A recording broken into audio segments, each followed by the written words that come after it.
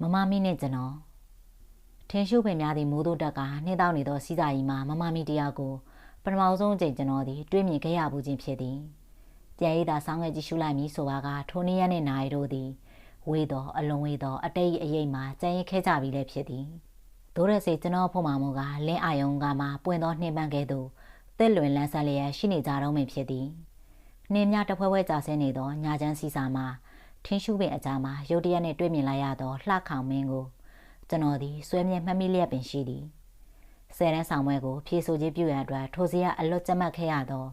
အင်္ဂလိပ်ကဗျာဆရာကြီးတင်းနေစီရင်ကဗျာတပုတ်ကဲ့သို့ကာယံတိုင်းကျွန်တော်သည်ဆွဲမြဲမှတ်မိလျက်ပင်ရှိသည်မမမိသည်မြင်းစည်းသောအခါမှာဝတ်ဆင်ခြင်းုံပြုရသောကာကီဘောင်းမီအပွားနှင့်ကျုံနှစ်ယောက်စပို့ရှက်အင်ကြီးကိုဆင်မြန်းကအညိုရောက်မြင်းစည်းဖို့ဖနက်ရှည်ကြီးကိုလည်းစီးနေထားပေသည်သူမစီးနေလျက်ရှိသောဂရဖင်အမျိုးအစားမြင်းဖြူကြီးကုန်းဤအထက်မှထိုမြမာမကြီးသည်အနောက်တိုင်းသူများနှင့်ဗာများခြားနာအောင်မြည်နီပြေဖြိုးထွားချခြင်းရှိရသည့်အထက်မှာရင်ကိုစီးနှောင်ခြင်းမပြုဘဲလွတ်လပ်ရေးပေးထားသဖြင့်ထိုစဉ်ကနုနယ်ငယ်ရသောကျွန်တော်သည်ထိုမိမလကိုကြက်သီးများတဖြန်းဖြန်းနှင့်ငေးမောကြည့်ရှုမိလေသည်ထိုသို့ငေးမောလျက်ရှိစဉ်မှာကျွန်တော်မှဝင်သက်သာလင်ရှိလျက်ထွက်သက်ရှိမရှိကိုပင်တတိမထားမိလိုက်ပါထိုစဉ်ကကျွန်တော်သည်16နှစ်သားရွယ်လူသားတစ်ယောက်ပင်ဖြစ်ပါသည်တို့ရတဲ့မြင်းပြူရှင်မကိုထိုသို့ရင်သက်ရှုမောနှင့်ငေးမောကြည့်ရှုလိုက်စဉ်မှာပင်မိမိကိုယ်ယောက်ျား၏စစ်စစ်တယောက်ဖြစ်နေပြီဆိုသည့်အကြောင်းကိုပထမဆုံးအကြိမ်ဖြစ်နေကျွန်တော်ဒီတွေ့မြင်ရပါသည်ရင်းနှီးရနဲ့နိုင်များမတိုင်မီကမိမိကိုယ်ចောင်းသားတူကဲ့သို့ကျွန်တော်ဒီသဘောထားနေထိုင်လျက်ပြုသူတူလည်းဖြစ်သည်ကျောင်းမမှန်တက်မီပညာသင်ကြားမီစာကြိုးစားမီစားမီတောက်မီကစားမီစော့မီပျော်ပျော်ပါးပါးနေမီဒီဟာများသည်သာကျွန်တော်၏လောကအမြင်များဖြစ်သည်ကျောင်းမှာကျွန်တော်နဲ့တက်တူရွယ်သူကျောင်းနေဘက်တကယ်ချင်းများသည်ခေါင်းအသေးတက်တက်နဲ့ဖီကအမွှေးကြိုင်များကိုဝေးဆဆာနဲ့တုံးဆွဲနေပြီဖြစ်တော်လဲကျွန်တော်ဒီဘောလုံးကံမောနဲ့လက်ဝဲထိုးဖို့ရေကူးဖို့လောက်ကိုသာအာယုံဆိုင်လျက်ရှိလေသည်မိမိနဲ့စမ်းကြယ်ပန်းလင်များထက်ကိုကြပြစာအုပ်များကိုသာကျွန်တော်ဒီပုံမွေးစိတ်ဝင်စားလျက်ရှိသည်16နှစ်သားအရွယ်သို့ရောက်နေပြီဖြစ်သည့်တိုင်ကျွန်တော်ဒီမိမိကိုယ်ကျောင်းသားတယောက်လိုသာသဘောထားကကလေးတငယ်တယောက်နဲ့မချာနေထိုင်လျက်ရှိလေသည်တို့ရရင်ကျွန်တော်နဲ့ပတ်သက်သောထိုကိုရေးကိုရာအကြောင်းအရာများသည်ဂရင်းဖင်မြင်းဖြူကြီးကိုအနောက်တိုင်းသူများနဲ့မချာနိုင်နေစီးနေလျက်ရှိသောထိုမြမမကြီးအားမတွေ့ရမမြင်ရမီကအတိတ်ကာလများနဲ့သာသက်ဆိုင်နေသည်ဦးလေးကိုမောင်တင်၏22ဘို့ဝက်ချက်စတာတနက်ကလေးနဲ့အများပြည်သူတို့သက်ဆိုင်သောထင်းရှုများကြီးအတွင်မှာဂျုံငတ်နဲ့ယုံကလေးများကိုတယောက်တည်းလိုက်လံရှာဖွေနေစဉ်ကျွန်တော်ဒီမမမိကိုရုတ်တရက်တွေ့မြင်လိုက်ရခြင်းပင်ဖြစ်သည်ထို့ရင်ကကျွန်တော်ဒီထိုမိမကိုတီးလဲမတီးကြားလဲမကြားမြင်လဲမမြင်ဘူးပါမြက်ခင်းမြေမှာတကောင်နဲ့မျိုးတို့စော်ကစားနေသောရော်ပြူလေးတကောင်ကိုပြစ်ခတ်ခြင်းပြုရန်ချောင်းမြောင်းနေခိုင်းမှာထီရှူတော်ကြီးအတွင်မှာမြင်းဖြူရှင်မကြီးသည်ရုတ်တရက်ပေါ်ပေါက်လာခြင်းပင်ဖြစ်သည်တားကအောင်မဲနေတော့ကျွန်တော်ဒီမိမိနောက်ကျောနာသို့ရောက်ရှိနေသောထိုသစိမ်းကိုတတိမထားလိုက်မိပါရုံကလေးတွေကဘာမှအဖြစ်နာစာမရှိတဲ့တရဝါလေးတွေပါကွယ်ကျွန်တော်၏ပြေကွင်းမမနေကမြေတားရက်ခံခြင်းကိုပြုလာသောကျောနာမအတန်ရှင်ကိုရုတ်တရက်တော့လှည့်ကြည့်လိုက်မိပါသည်ကျွန်တော်ဒီမိမိလက်ဝဲမှာလက်နက်နဲ့စောစောကချောင်းမြောင်းလျက်ရှိသောပြေကွင်းကိုပင်တခါတည်းမေးရသွားလေသည်ကျွန်တော်၏ရှင်အတွင်းမှာကြာမြင့်စွာနဲ့ငြိမ်သက်နေသောပစ္စည်းတစ်ခုသည်ရုတ်တရက်ထား၍ခုံလိုက်သလားဟုထင်ရပေသည်တို့ရရင်ထိုပစ္စည်းကိုမြည်သည့်ပစ္စည်းမှထိုစဉ်ကကျွန်တော်ဒီမသိရှိသေးပါလက်ထဲမှာဝင်ချက်စတာတနတ်သည်ကြောက်တော့တစ်ခုပေါ်သို့ရုတ်တရက်လွတ်ကျ၏သွားလေသည်ကြောက်တော့ပေါ်သို့ကြားလိုက်သောတနတ်တန်ကြောင့်စောစောကမြက်ခင်းမြင်မှာတကောင်နဲ့ခုံပေါက်စော်ကစားနေသောရုံဖြူကလေးသည်အလန်တကြားနှင့်အော်ဟစ်ကထိရှုတော်ကြီးအတွင်သို့ဒရက်ချမ်းဝင်ပြေးသွားလေသည်မြေကုန်းဤထက်မှထိုအမျိုးသမီးသည်ထိရှုတော်ကြီးအတွင်သို့ပြေးဝင်ပြောက်ွယ်သွားသောရုံကလေးကိုဝမ်းသာအားရနှင့်လှမ်းရည်ကြည့်ရှုနေပေသည်ကျွန်တော်၏ပြကွင်းကိုဖယ်ရှားလိုက်တော့ထိုကယူနာရှင်အားကျွန်တော်သည်ဆဲနောက်ရှက်ပင်မဖြစ်မိပါတကိုယ်လုံးပင်တက်မောစရာနှင့်ပြည့်နှက်နေသောထိုမျိုးသမီးကြီးကိုသာကျွန်တော်သည်တက်မှတ်သောစိတ်နှင့်ငေးစား၍ကြည့်ရှုနေမိပါသည်ထင်းရှူတော်ကြီးတွင်မှပြောက်ွယ်သွားသောရုပ်ဖြူလေးကိုလှမ်း၍ကြည့်နေရမှမြင်းနှကုန်းထမှထိုအမျိုးသမီးသည်ကျွန်တော်ငုံ၍ကြည့်ရှုနေပေသည်ကျွန်တော်သည်ထိုမိမလာ၏တကိုးအာနိသင်ကြီးမားလာသောမျက်လုံးများ၏ဖြီးစည်းမှုကိုပြန်လည်ခုခံခြင်းကိုမပြုနိုင်သဖြင့်လွတ်ကျလျက်ရှိသောတနက်ကလေးကိုကုန်း၍ကောက်ယူလိုက်ရပါသည်ရုံကလေးတွေရှိနေကြလို့ဒီထင်းရှူတော်ကြီးဟာပိုလိုကျက်တွေရှိနေတာပေါ့မောင်လေးရဲ့၎င်း၏ပြုမှုတော့ကိုထိုကဲ့သို့တဲ့မွမွေနဲ့အကြောင်းများပြောဆိုပြီးတဲ့နောက်မှာ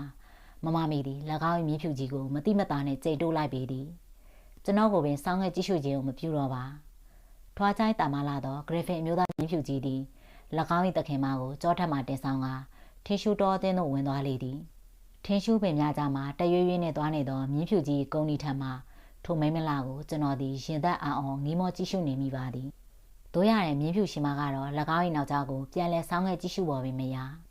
နှင်းများသည့်တစားတဲ့တစားတဖွဲဖွဲနဲ့ကြာဆင်းလာကြပေသည်စီးစာသည်ပင်လည်းတစားတဲ့တစားခြုံငိမ့်စပြုလာလေပြီထင်းရှုပင်များကတော့မူအမှောက်တိုင်းနဲ့နှင်းတူများအကြားမှာငြိမ်သက်လျက်ရှိနေကြပြီတကားထိုညငွေလာမင်းသည်ထိန်ထိန်သားလျက်ရှိလေသည်နှင်းများသည်လည်းတဖွဲဖွဲပင်ကြားလျက်ရှိတော်လဲမိုးရန်ထက်ကနေအနက်တကမမကတော့ကျဲတို့သည်လည်းတလက်လက်နဲ့တောက်ပြောင်လျက်မြင်နေရပေသည်ထိုညညစာကိုဦးလေးကိုမောင်တဲနဲ့ဒေါ်လေးမသိန်းခင်တို့သည်တစ်တော်မြိုင်မှာစားတော့ခြင်းကိုမပြုကြပါဝမ်းမစော့ဝင်တော်ကြီးဥရှိကုန်းတို့၏တိုင်မှာတကူတကန်းနဲ့လာ၏ဖိတ်ကြားထားသဖြင့်၎င်းတို့လင်များတို့ကိုသားသမီးအရင်နှင့်မချချစ်ခင်သောထိုဖိုး၏အဖွား၏လင်များနှင့်အတူညစာစားတော့ရန်တစ်တော်မြိုင်တို့ကျွန်တော်မရောက်မီလေးကပဲအိမ်မခေါမိုးဖွင့်ရထားနှင့်ထွက်သွားနှင်းကြလေပြီတစ်တော်မြိုင်၏ဗန္နာဆိုကြီးဖြစ်သောဦးကြလုံးကညစာစားတော့လိုပါကနိုင်တမက်လောက်ကြို၍၎င်းကအကြောက်ကြရန်တတိပေးမှားကြပေးတဲ့နောက်တိုင်အောက်ထပ်သို့ပြန်ဆင်းသွားလေသည်ကျွန်တော်ဒီအစင်းလေးပြုတ်လောက်ထားပြီးတော့ရေနွေးနဲ့ရေမိုးချိုးပြီးနောက်အဝယ်စားများကိုလည်းကတိုင်အောက်ထပ်သို့ဆင်းလာခဲ့ပေသည်အချိန်ဒီည6နာရီခန့်များရှိပေပြီတို့ရရင်ကျွန်တော်ဒီညစာကိုစားတော့ရန်စားလောက်ခြင်းမရှိသေးသဖြင့်တိုင်းပြင်ဘက်သို့ထွက်လာခဲ့လေသည်တိုင်းနောက်ဘေးခြံကြီးတွင်မှတောထားနေသောတစ်တော်ပင်များကြားမှာတယောက်တည်းလမ်းလျှောက်ရင်းနဲ့စီးစာကြီးကတွေးခဲ့မြင်ခဲ့ရသောထုံမိမလားတယောက်၏အကြောင်းကိုစံမြုပ်ပြန်ကစဉ်းစားရနေမိလေသည်ထုံမိမလားသည်အဖေဟာနေဘသူဘယ်ဝါ၏သားသမီးဖြစ်သည်နီထိုစဉ်ကမမမိကိုမမမိမှန်ကျွန်တော်ဒီမသိရှိသေးပါကျွန်တော်ဒီမြင်းဖြူကြီးဂုံဒီထက်မှာကြွားဝါရှိလာသောထိုလာနတ်မယ်ကိုများစွာပင်သိကျင်လှပါသည်သူမသည်ကျွန်တော်ထက်တော့များစွာကြီးရင်ချင်းတော့ရှိပေမည်အသက်အစိတ်ခန့်ပန်းဝန်းကျင်လောက်ရှိပေမည်ကျွန်တော်ထက်9နှစ်ခန့်မြလည်းကြီးကောင်းကြီးပေမည်တို့ရရင်ထိုကိစ္စသည်ကျွန်တော်အတွက်တော့ပြဿနာမဟုတ်ပါချောမောလှပ၍တက်မှတ်မောစရာလည်းကောင်းချစ်စရာလည်းကောင်းသောမိမိနှင့်တက်တူရွယ်တူမိန်းကလေးအများပြားနဲ့ကျွန်တော်ဒီတွေ့ဘူးဆုံမှုဆက်ဆံဘူးပါသည်တို့ရရင်ရှင်ထဲမှာဘာမှထူးခြားခြားမဖြစ်မီမိတ်ဆွေတငယ်ချင်းသဘောမျိုးများလောက်သာဖြစ်သည်ထိုထက်တော့ဘာမှမပူပါတို့ရရင်မမမီနဲ့ကြတော့ရခင်ကားကဲ့သို့မဟုတ်တော့သည်ကျွန်တော်ရဲ့ရင်ထဲမှာဘယ်တော့မှရှိနေခဲ့မှမသိတော့ပစ္စည်းလေးတစ်ခုသည်ရှိနေခဲ့ကြောင်းကိုမမမီနဲ့တွေးလိုက်ရတော့အချိန်တိုင်းမှအစပြုကကျွန်တော်ဒီတန်းအတော်နဲ့သိရှိလာရပြီတော့သည်လက်ဝဲဘက်ရေအောင်အောက်မှာကြောက်မက်ဖွယ်ရုပ်ကလှူရှားနေသောထိုပစ္စည်းသည်အဘယ်နည်းထိုပစ္စည်းသည်ရခင်အခါများတော့ငါရှိနေမှမသိချင်အောင်ဆောင်အိတ်ဆက်ငြိမ်သက်နေရမှာယခုပါကြောင့်လန်နိုးထကြွလာရသည်။ကျွန်တော်ဒီထိုအကြောင်းကိုသိကျင်လာရပေသည်။သိရှိဖို့လည်းလိုအပ်လာပေသည်။တကယ်ဆိုတော့ကျွန်တော်ဒီလူတော်ဝါတူတယောက်ပင်ဖြစ်သည်မဟုတ်သလား။လူတို့မသိတဲ့မသိအပ်သောအရာသည်ဤလောကမှာဘယ်အရာများရှိသေးသနည်း။မိမိရင်ထဲမှာဖြစ်လာသောကိစ္စမျိုးကိုကတာလွန်ရဲ့တီးတဲ့တီးထိုက်လှပေသည်။ကျွန်တော်ဒီ18နှစ်သားရွယ်ယောက်ျားတယောက်ပင်ဖြစ်သည်။တို့ရရင်ထိုအကြောင်းကိုထိုညာအပိုင်းလောက်ကမှတက်တော်ဖင်များအကြားမှာကျွန်တော်ဒီတွေ့မြင်လာခဲ့ရပေသည်။မမမီတယောက်ကိုသာထုံညက်နေစည်းစာမှာကျွန်တော်ဒီမတွေ့ခဲ့ရလျင်မိမိကိုယ်ကိုတွေ့နိုင်လဲအုံမီမဟုတ်ဟု၍တွေးထင်ရပေသည်မမမီသည်ចောင်းသားသူငယ်တယောက်ဖြစ်နေအိမ်မောကျနေသောကျွန်တော်ကိုနှိုးလိုက်ပေသည်ထို့နောက်အိမ်မက်များမှာတွေ့ရလေရှိသောဒေဝစ်စတာလိုထိရှုပင်များအတွင်းမှာပျောက်ကွယ်၍သွားလေသည်ကျွန်တော်ဒီထိုမိမလာကိုအဘယ်ပုံဘယ်နည်းလိုက်လံစုံစမ်းရမည်နီရှာဖွေရပါမည်နီထိရှုတော်ကြီးအတွင်းမှာခြေရခံ၍လိုက်ရပါမည်နော်ငွေလိုက်ရအောင်မှရကကျဲများကိုလှမ်းရင်မောကြည့်ရင်ဟန်တာဝရီပညာဦး၏နောက်ဆုံးမင်းဆက်ဖြစ်သောသူရှင်တကရုပ်ပိမိကျမကိုစဉ်းစားနေမိလေသည်တော်ကြီးမြတ်မဲအတွင်းမှာပျောက်ချင်းမလားပျောက်ဆုံးသွားသောဒေဝစ်စတာ၏နောက်သို့အပြေးလိုက်ရင်းနှင့်ထိုဘရင်တစ်ပါးသည်အချီးနှီးပျောက်ဆုံးပျက်စီးခဲ့ရသည်မဟုတ်လားထိုခိုက်တစုံတရာ၏ချောင်းဟဲ၏အတန်ပြုလိုက်တာကိုကြားလိုက်ရလေသည်တစ်တော်မြ၏ဗန္နာဆိုဦးကြောက်လုံးကလွယ်ပြီးအခြားအဖေသူဖြစ်နိုင်သေးသည်နီဦးကြောက်လုံးလားလာလေဘာပြောစရာရှိလို့လဲအတွေးကိုဖြတ်ကအထိုင်းလျောက်ယူသည်ပေးရသောဗန္နာဆိုကိုလှမ်း၏ပြောကြားခြင်းကိုပြုရလေသည်9နာရီတော့ခွဲတော့မယ်ကိုနိုင်ညစာမစားသေးဘူးလားယင်ဦးကြောင်လုံးသည်ညစာစားရန်အတွက်ကိုကျွန်တော်ကိုလာရောက်၍တတိပေးပြောဆိုနေခြင်းပင်ဖြစ်သည်ညစာစားဖို့ကျွန်တော်သည်မြေရော၏နေပါသည်၎င်းပြင်ရှင်ထဲမှာလည်းဘာတွေဖြစ်ပြနေမှန်းကိုမသိစားလို့စိတ်လည်းများစွာပင်မရှိလားမိခဲတော့ပင်ဖြစ်စေထိုနေ့ညစာကိုကျွန်တော်တယောက်တည်းအတွက်ပေမမတ်နဲ့ချက်ပြုတ်ထားရသူများ၏စိတ်ကျေနပ်မှုကိုရရှိစေရန်အတွက်အထင်ခိုင်းလိုက်တော့လေကျွန်တော်လည်းခုပဲလာတော့မလို့ပါအလိုက်တင်ပြန်လဲပြောဆိုလိုက်ရလေသည်ညစာကိုစိတ်မပါတပါနဲ့တယောက်တည်းထိုင်ကစားတောင်းနေပြီး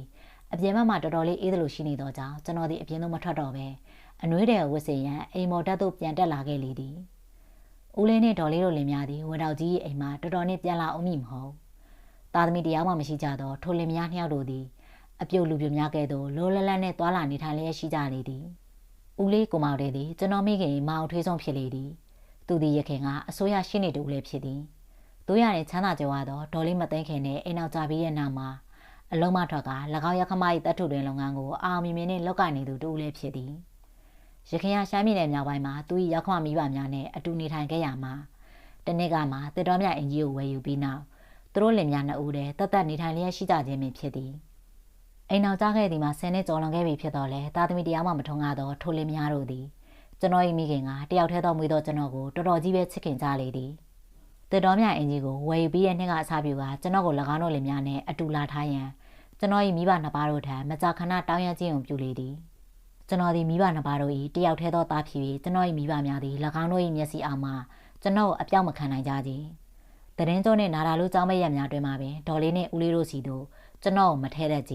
။တို့ရတဲ့တနေ့ကຫນွေကြောင်းရက်ရှိပိတ်လိုက်သည့်အတော်တွင်တစ်တော်မြိုင်သူမိဘများသည်ကျွန်တော်အားထဲလိုက်ကြပေသည်။ရင်းတို့၎င်းတို့နဲ့မခွဲစပ်ဘူးခွဲ၍ဦးလေးဒေါ်လေးတို့နဲ့အတူထည့်ပေးလိုက်ရခြင်းမှာထိုတနေ့ຫນွေဦးရာသီတွင်ကျွန်တော်၏ဖခင်ဆွေရတောင်ကိုတရားများကိုထမ်းဆောင်လျက်ရှိသောမန္တလေးမြို့မှာကာလာဝမ်ယောဂများစတင်ဖြစ်ပွားလျက်ရှိသောကြောင့်ပင်ဖြစ်သည်ထိုတနေ့ကကျွန်တော်မိခင်သည်ဦးလေးကိုမောင်တင်တို့လင်များကိုမန္တလေးမှနေကျေးနှံရိုက်ခေါ်က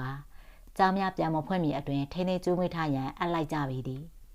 ထို့ကြောင့်ကျွန်တော်သည်ဦးလေးကိုမောင်တင်နှင့်ဒေါ်လေးမသိန်းခင်တို့လင်များနေထိုင်လျက်ရှိကြသောမော်ရက်မြေ၏ຫນွေရိပ်ငိမ်သို့ຫນွေရာသီကိုတွန်းလှန်ခြင်းပြုရန်အတွက်လာရောက်နေထိုင်လျက်ရှိရခြင်းပင်ဖြစ်သည်တစ်တော်မြိုင်သို့ကျွန်တော်ရောက်ရှိလာသည်မှာတနင်္ဂနွေတစ်ပတ်တာပင်ရှိသေးသဖြင့်ထိုရက်ဒေသ၏ရာသီဥတုနှင့်တပ်ပယ်ရမဖြစ်သေးကြထို့ကြောင့်အေးတံကိုတွန်းလှန်ပြရန်အတွက်ကျွန်တော်သည်အနှွေးတဲ့ဝစ်စင်ရန်အိမ်ပေါ်တက်သို့တက်လာခဲ့ခြင်းပင်ဖြစ်သည်အနှွေးတဲ့များကိုဝစ်စင်ပြီးတဲ့နောက်အိမ်ရောက်တက်သို့ဆင်းကထိုနေ့တုပ်သတင်းစာများကိုဖတ်ရှုကြည့်ရစိတ်ကူးထားတော်လဲကျွန်တော်သည်ပြန်၍မစင်ပြတော့ကြီးမိမိအခန်းတွင်မှညီသက်စွာနဲ့ထိုင်ကမှန်ပြတဲ့မှနေပြီးအပြင်ဘက်မှငွေရောက်တောက်နေသောညကိုလှမ်း၍ကြည့်ရှုနေမိပါသည်ထိုညသည်တော်တော်လေးလှပသောညတညဖြစ်သည်ဟုလည်းကျွန်တော်ထင်ပါသည်ထိုညဦးလေးကိုမောင်တင်တို့လည်းများသည်10နာရီထိုးမှအိမ်သို့ပြန်လာကြလေသည်ကျွန်တော်သည်မိမိအခန်းတကာကိုအတွင်းမှပိတ်ထားသဖြင့်ထိုလင်များတို့သည်ကျွန်တော်အိမ်နေပြီးအထင်နှင့်ဘာအနောက်ရှမ်းမှမပေးကြတော့ပါတို့ရတဲ့ထိုညကကျွန်တော်သည်တကောက်ကျော်လွန်သည့်အချိန်တိုင်းအောင်အိတ်ချစ်စိမ်များဆင်းရဲနေသည်ကျွန်တော်အိတ်ခမ်းပြင်ပန်းရှိငွေရောက်တောက်နေသောညကပင်ကျွန်တော်ကဖန်စားရိတ်ထားသလောသို့မဟုတ်စီးစာရီမှာတွေ့မြင်ခဲ့ရသောမြင်းဖြူရှိမကြီးကပြူစားရိတ်ထားလေပြီလေ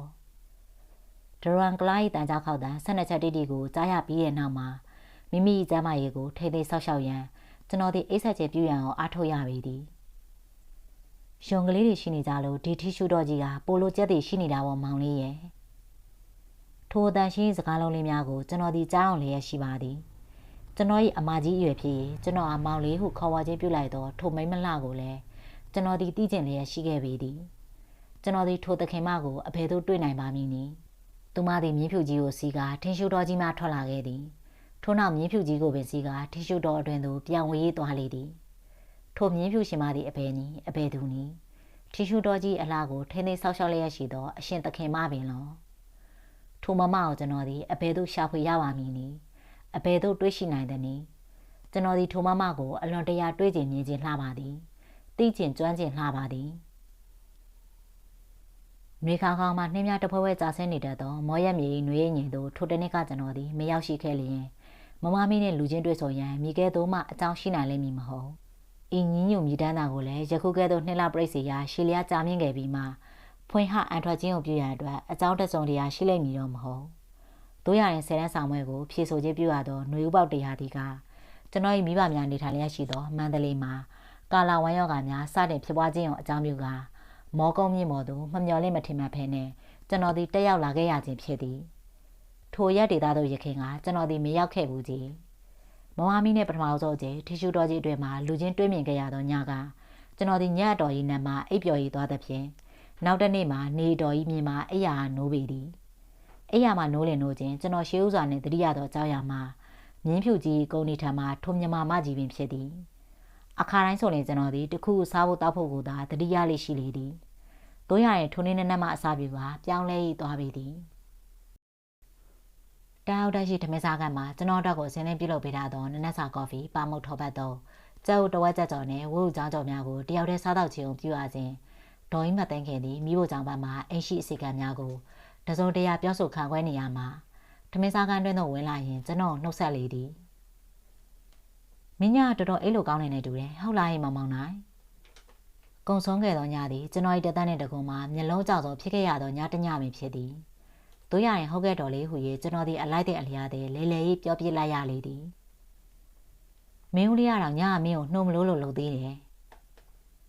စကားကိုခက်ကြွကြွပြောဆိုတတ်သောတော်လေးသည်၎င်းပြောဆိုလိုသောအကြောင်းအသေးတစ်ခုကိုစကားပလင်ခန်းနေပြန်သည်ဘာဖြစ်လို့လဲတော်လေးရဲ့ညဝန်တော်ကြီးတို့တိုင်မှာစစ်ကဲဦးကျော်ထင်တို့လင်များနဲ့တွေ့ခဲ့လို့လေစစ်ကဲဦးကျော်ထင်တို့လင်များကိုမင်းမမှတ်မိဘူးနဲ့တူတယ်ဟုတ်လားမောင်နိုင်မင်းလင်းကားနဲ့သားရွယ်လောက်တော့ငါရွှေဘုံထဲမှာမင်းတို့နဲ့တူတူနေခဲ့ဘူးတယ်လေမင်းဖေဖေကိုဆိုရင်စစ်ကဲနဲ့စစ်ကဲကြော်တို့ကသူတို့ရဲ့သားရင်လို့ချစ်တာတယ်ကွဒေါ်လေးကတော့ဒါတွေကိုမသိပါဘူးမင်းဦးလေးကပြန်ပြောပြလို့သိတာငါးနှစ်သားရွယ်လောက်ကကျွန်တော်ဒီရွှေဘုံထဲမှာနေထိုင်ခဲ့ရဘူးဒီကိုခရီးလောက်တော့တတိယနေမိပါသည်ထိုချိန်ကကျွန်တော်၏ဖခင်သည်တိုက်ပိုင် inspector ရာထူးနှင့်ဖြစ်သည်တို့ရရင်စစ်ကဲလင်များကိုတော့ကျွန်တော်ဒီမမှတ်မိတော့ပါ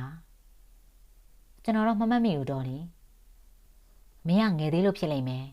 ညမင်းတို့အိမ်ကိုရောက်နေတဲ့အကြောင်းစကားဆက်မိလို့စစ်ကဲကြီးရောစစ်ကဲကြီးကြောကရောမင်းမိဘတွေနဲ့ရွှေဘုံထဲမှာအတူနေခဲ့ကြတော့ငါအင်မတန်ကိုခင်မင်ကြတဲ့အကြောင်းတွေရောမင်းကိုလည်းအင်မတန်ကိုတွေးကျင်တဲ့အကြောင်းကိုပြောတယ်မင်းဦးလေးကိုတော့မင်းကိုခေါ်ပြီးကနေညသူတို့ရဲ့တိုက်ကိုဆက်ဆက်လာလဲဖို့မှားထားလိုက်သေးတယ်ထိုစစ်ကဲကြီးလင်များတို့တိုက်သို့ညနေဘက်မှအလဲလိုက်ရန်ကျွန်တော်ဒီဆရာထက်တန်ခြင်းမရှိကြအဘဲကြောင့်ဆိုတော့ကျွန်တော်ဒီထိုနေ့ညနေဘက်မှထင်ရှူတော်အတွင်သို့အလဲထွက်ရန်ကိုစဉ်းစားထားသောကြောင့်ပင်ဖြစ်သည်စစ်ကဲကြီးလင်များတိတ်ကိုချမ်းသာတာကွဘေးကပြောကြတာဖြင့်30လောက်ချမ်းသာတယ်လို့ကြားရတယ်မိမသားတို့၏ထုံးစံတိုင်းဒေါ်လေးသည်၎င်း၏စကားကိုအဆုံးမတတ်နိုင်သေးပဲဆက်လက်ပြောဆိုရနေပေသည်ကော်ဖီကိုတဖြည်းဖြည်းတောင်းရင်းနဲ့ကျွန်တော်သည်များစွာစိတ်ဝင်စားခြင်းမရှိလာတော့လဲနားထောင်ရင်းနေရပါသည်စစ်ကဲကြီးလင်များဟာဒီလောက်ဥစ္စာပစ္စည်းချမ်းသာပေမဲ့အမွေစားအမွေကန်းဆိုလို့မြင်းမာလေးတယောက်သာရှိတယ်တဲ့မင်းဦးလေးကနေခင်း2နာရီလောက်ကိုမင်းကိုခေါ်သွားမယ်လို့ပြောနေတယ်မင်းလိုက်ချင်းအစင်းနဲ့ပြင်ထားလိုက်ပေါ့ဟုတ်လားမောင်နိုင်ထိုကဲသို့ပြောဆိုမှကြားပြီးရဲ့နောက်ဒေါ်လေးသည်မိဖို့ကြောင့်သူပြန်ရင်ဝင်သွားလေသည်ကော်ဖီတောက်ပြီးတဲ့နောက်ကျွန်တော်သည်အိမ်သူအိမ်သားများကိုတစိုးတရာပြောဆိုခြင်းရုံမပြုဘဲထင်းရှူတော်၏ဘက်သို့တယောက်တည်းထွက်လာခဲ့လေသည်တို့ရတဲ့ဝက်ချက်စတာတနက်လေးကိုတော့ကျွန်တော်သည်ခါတိုင်းလိုမယူလာတော့ကြည်မမမိသတိပေးဆုံးမသွားသည့်တိုင်ကျွန်တော်သည်ထင်းရှူတော်၏အလားကိုဖြက်စီးခြင်းပြုရန်အမှုအားနောက်တွန်းလျက်ရှိပေသည်ထင်းရှူတော်၏တွင်မှကျွန်တော်သည်တစိုးတရာကိုတွေ့ရလိမ့်နုံနုံနှင့်2နာရီနီးပါးခန့်ကိုလိုက်လံရှာဖွေခြင်းကိုပြုသည်ကျွန်တော်သည်ရုပ်ဖြူလေးများကိုသာမကရှင်းညိုလေးများကိုလည်းထင်းရှူတော်ကြီးအတွင်မှတွေ့ခဲ့ရပေသည်ဂျုံခက်လေးများတောင်မဟုတ်ပဲရွှေပြည်စုံခက်လေးများကိုလည်းတွေ့ခဲ့ရပေသည်တို့ရတဲ့ကျွန်တော်အိမ်မတန်တွေ့ကြည့်မြင်ခြင်းသောမြင်းဖြူရှင်မကအရေးရောင်များပင်မတွေ့ရမမြင်ရပါနေခင်းနိုင်ပြန်တချက်တီးတတာခန့်မှာခါမိုးဖွင့်မြင်ထားတဲ့တစ်တော်မြိုင်မှာကျွန်တော်ဒီဦးလေးနဲ့အတူစစ်ကဲကြီးဦးကျော်ထင်တို့တိုက်သို့အလဲပတ်နဲ့လိုက်ပါခဲ့ရပေသည်လွန်ခဲ့ပြီးသော73လခန့်ကရွှေဘုံနယ်ဘက်မှာအတူတကွနဲ့အလုပ်လုပ်နေထိုင်ခဲ့ကြသောကျွန်တော်၏ဖခင်က၎င်းတို့၏သားရင်ကဲ့သို့ခင်မင်ကြသည်ဆိုသောထိုစစ်ကဲ၏လင်များစီသို့ဦးလေးကအလဲပတ်ခေါ်ဆောင်ခြင်းပြုရသာလိုက်ပါလာခဲ့ရတော့လေကျွန်တော်သည်စိတ်ဝင်စားခြင်းတော့မရှိတာကျွန်တော်၏စိတ်အာရုံသည်ထီရှူတော်ကြီးအတွင်းသို့သာရောက်ရှိနေပါသည်ထိုစစ်ကဲ၏လင်များတိုက်သို့ကျွန်တော်အလဲပတ်ထွက်လာခိုင်းမှကျွန်တော်၏သခင်မကြီးသည်ထိုနေရာသို့ရောက်နေလိမ့်မည်လာ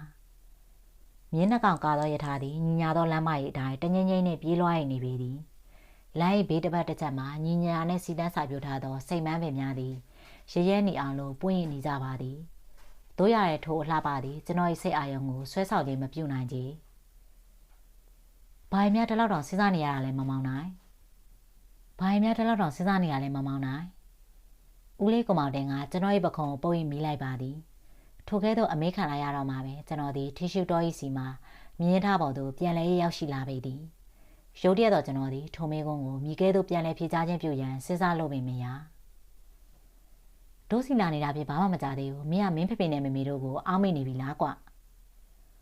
ဦးလေးကောင်မောင်တင်သည်ကျွန်တော်၏ကြောပြင်ကိုပုတ်တက်ရင်းနဲ့ပြောဆိုလိုက်ပေသည်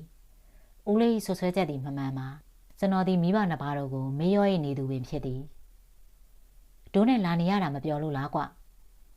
ဦးလေးသည်နောက်ထပ်မေးခွန်းတစ်ခုကိုမေးလိုက်ပြန်သည်ပြောပါရဲဦးလေးရဲ့ကျွန်တော်ဒီတိုးတောင်းမှပြန်လဲဖြေချလိုက်သည်ထိုခိုက်မြဲထားသည်မန္တလေးနှင့်စကိုင်းတိုင်းမင်းကြီးများ၏နွေရာသီဆိုင်များကိုကျော်လွန်ကတောင်ကုန်းလေးတစ်ခုကိုခလေးလေးခတ်မှန်မှန်နဲ့တက်လျက်ရှိပေသည်မျိုး၏အရက်ဆောင်ဖြစ်၍တောရက်မှယုံကလေးများသည်ကျွန်တော်တို့တူ၏စီးနှင်းလိုက်ပါလာသောမြဲထားကိုငေးမောကြည့်ရှုနေသည်ကိုလည်းတွေ့ရှိရပေသည်ကျွန်တော်ဒီနေရက်မှပင်မခတ်ပဲညင်သက်စွာနဲ့လိုက်ကြည့်နေကြသောယုံကလေးများကိုလှမ်းရကြည့်ရှုနေမိသည်ယုံကလေးတွေကဘာမှအပြစ်နာစာမရှိတဲ့တရဝါလေးတွေပါကွယ် ရုပ်ကလေးများဘက်မှကာကွယ်ပြောဆိုခဲ့သောထိုဝတ်လုံမကြီးကိုကျွန်တော်သည်သတိရလာပြန်သည်အပြည့်ကင်းစင်သောထိုတော်လေးများသည်တောင်ကုန်းလေးပေါ်သို့ညီညီညာနှင့်ပြေးဆွဲနေကြသောမြင်းညီနောင်တို့ကိုကြည့်ရှုအံ့ဩနေကြသလောသို့မဟုတ်မြင်းညီနောင်တို့၏လက်ထဲမှချူလုံးလေးများ၏အတန်ကိုနားတော်တာဆင်နေခြင်းပင်ဖြစ်လေသလောမြင်းထားသည့်တောင်ကုန်းလေးပေါ်သို့ရောက်ရှိလာပေသည်ရောက်တော့မယ်ကွဒီတော့မှပဲကျွန်တော်သည်ဦးလေးနဲ့အတူစကဲဦးကျော်ထင်တို့၏တိုက်သို့မြင်းထားနှင့်အလဲပတ်ထွက်လာခဲ့တဲ့အကြောင်းကိုပြန်လေသတိရလာပါသည်ထို့သောသတိရလာခြင်းနှင့်အတူမိမိမကြမီရောက်ရှိတော်မူအိမ်ရှင်များ၏အကြောင်းကိုအနှဲငယ်လဲစိတ်ဝင်စားသလိုရှိလာပေသည်ဒီစကဲလေးများတော်တော်ချမ်းသာကြရဲဆိုဟုတ်လားဦးလေးအထက်မြန်မာပြည်မှာတော့သူတို့လောက်ချမ်းသာတယ်လို့မရှိဘူးလို့ကြားတာပဲအဲ့စကဲလေးများမှာမြေးတယောက်ကလွဲလို့အမွေစားအမွေခံသားသမီးတယောက်မှမရှိကြဘူးဆိုမိမိကြီးရောမင်းမှတ်မိသေးလားကွမိမိကြီးဆိုတာဘယ်ရလဲယင်မင်းတို့ရွှေဘုံမှာနေကြတော့ကအတူနေခဲ့ကြရတဲ့ဒေါ်မြလေးရဲ့သမီးလေးကွာဦးကျော်ထင်ရဲ့မြေးဆိုတာကျွန်တော်တော့မှတ်မိတော့ဒေါ်မြကလေးဆိုတာဒီစကဲလေးမယားရဲ့တယောက်တည်းရှိတဲ့သမီးဩဒေါ်မြကလေးကသူ့မိဘများသဘောမတူတဲ့အညာတယောက်နဲ့ခိုးရလိုက်ပြေးလို့အဲ့လူနဲ့အတင်ခွဲပြီးပြန်သိမ်းထားရကနေမိမိကြီးကိုမွေးလိုက်တာလေအော်ဒေါ်မြလေးဆုံးသွားတာကတော့10နှစ်လောက်ရှိပြီထင်တယ်ရင်းတို့စကဲကြီးစက်နယ်များကြောင့်ကိုပြောဆိုလာကြရမှာအလွန်တရာမှကျဲဝန်းဆိုပြေးခြင်းရှိလာသောခြံကြီးဝင်းကြီးတစ်ခုရှိသို့မြင်းထားသည့်ရောက်ရှိလာပါသည်ဒါစကဲဦးကျော်ထင်တို့ရဲ့ဝင်းပေါ်ကွာဦးလေးကလှမ်း၍ပြောဆိုလိုက်သည်စကဲတို့လည်းများနဲ့မြေးဖွားများနေထိုင်သောခြံဝင်းကြီးသည်ဧက90နီးပါးခန့်ကိုကျဲဝန်းလိမ့်မည်ဟုခံမှန်းရပေသည်ဝင်းချံရဲ့စီယုပ်ပပတ်လည်မှာလူရက်တတာခန့်မြင့်လိမ့်မည်ထင်သောအုတ်နံရံကိုကာရန်ရေးထားပေသည်အထက်တန်းပလဲရာရှိတို့၏သားတယောက်အနေနဲ့အထက်ပိုင်းဖြစ်သောရွှေဘိုမုံရွာမန္တလေးကြောက်စဲမိထီလာရမဲသည်မြင်းချံမကွေးပခုတ်ကူစသောဒေသများတစ်ခွင်၌ကျွန်တော်သည်လှည့်လည်၍နေထိုင်ခဲ့ပူပါသည်တို့ရတဲ့စကဲဦးကျော်ထင်၏ခြံဝင်းလာကြီးမားထဲဝါခြင်းရှိသောဝင်းချံမျိုးကိုကမြည်သည့်အရက်ဒေသ၌မှမတွေ့ခဲ့မမြင်ဘူးခဲ့ပါမျက်နှာဖြူတိုင်းမင်းကြီးများ၏နွေရာသီဆိုင်များထပ်ပင်အစာပေါင်းများစွာကိုကျဲဝင်းခမ်းနားလှပေသည်ခြံဝင်းတကားများကိုခိုင်ခန့်လှသောတန်တဲ့ပစ္စည်းများနှင့်ပြုလုပ်ရထားပေသည်ဝင်းတကားပေါက်မှာနီပေါ်အမျိုးသားဝင်းတော်မူသည်တကောက်တစ်ချောင်းနှင့်စောင့်ကြက်လျက်ရှိပါသည်ခြံဝင်းတကားကနေနှစ်ထပ်တိုက်ကြီးစင်ဝင်အောက်သို့ဂိုင်းနေရတတာခမ်းများမြင်းနီလန်းလေးအတိုင်းကိုညီရထားကိုမောင်းနှင်လာခဲ့ရသည်မြင်းနီလန်းလေးဘေးတစ်ပတ်တစ်ချက်မှာပုံနေပင်များကိုညီညာနှင့်စိုက်ပျိုးထားလေသည်စကဲလင်များနှစ်ဦးစလုံးမှာစင်ဝင်အောက်သို့ဆင်းကကြိုဆူကြပေသည်အဖိုးကြီးရောအဖွားကြီးပါအသက်80ကျော်လွန်လျက်ရှိကြပေသည်တို့ရရင်တော်တော်လေးလဲကျမ်းမာကြပုံရလေသည်ဒါလားကွယ်မမောင်ကြီးနဲ့ခင်ခင်တို့ရဲ့သားမမောင်နိုင်ဆိုတာစကဲရကျွန်တော်ရှုံးစားစားနဲ့ကြည့်ရှုရင်ဦးလေးကိုလှမ်းရိပ်မေးသည်ဟုတ်ပါတယ်မမောင်ငငယ်ရရုပ်အတိုင်းပဲစကဲကြီးဒီကျွန်တော်ကိုလှမ်းရိပ်ဖတ်လိုက်ပါသည်ကျွန်တော်၏ဖခင်ကိုတာရင်တယောက်ကဲ့သို့ခင်မင်ခဲ့ကြသောထိုစကဲလင်များနှောက်တို့သည်ကျွန်တော်ကိုတွေ့လင်တွေ့ခြင်းမှာ၎င်းတို့၏တားအမွေသောမြေအရင်ကဲ့သို့ပဲခင်မင်ချင်းရှိကြပါပေသည်အလွန်တရာလည်းအရေးပေးကြလေသည်ထို့သောဂယူဒီဇိုင်းနှင့်အရေးပေးလွန်လာသဖြင့်ကျွန်တော်သည်ပင်အနေရထိုင်ရကြက်သလိုလည်းရှိလာသည်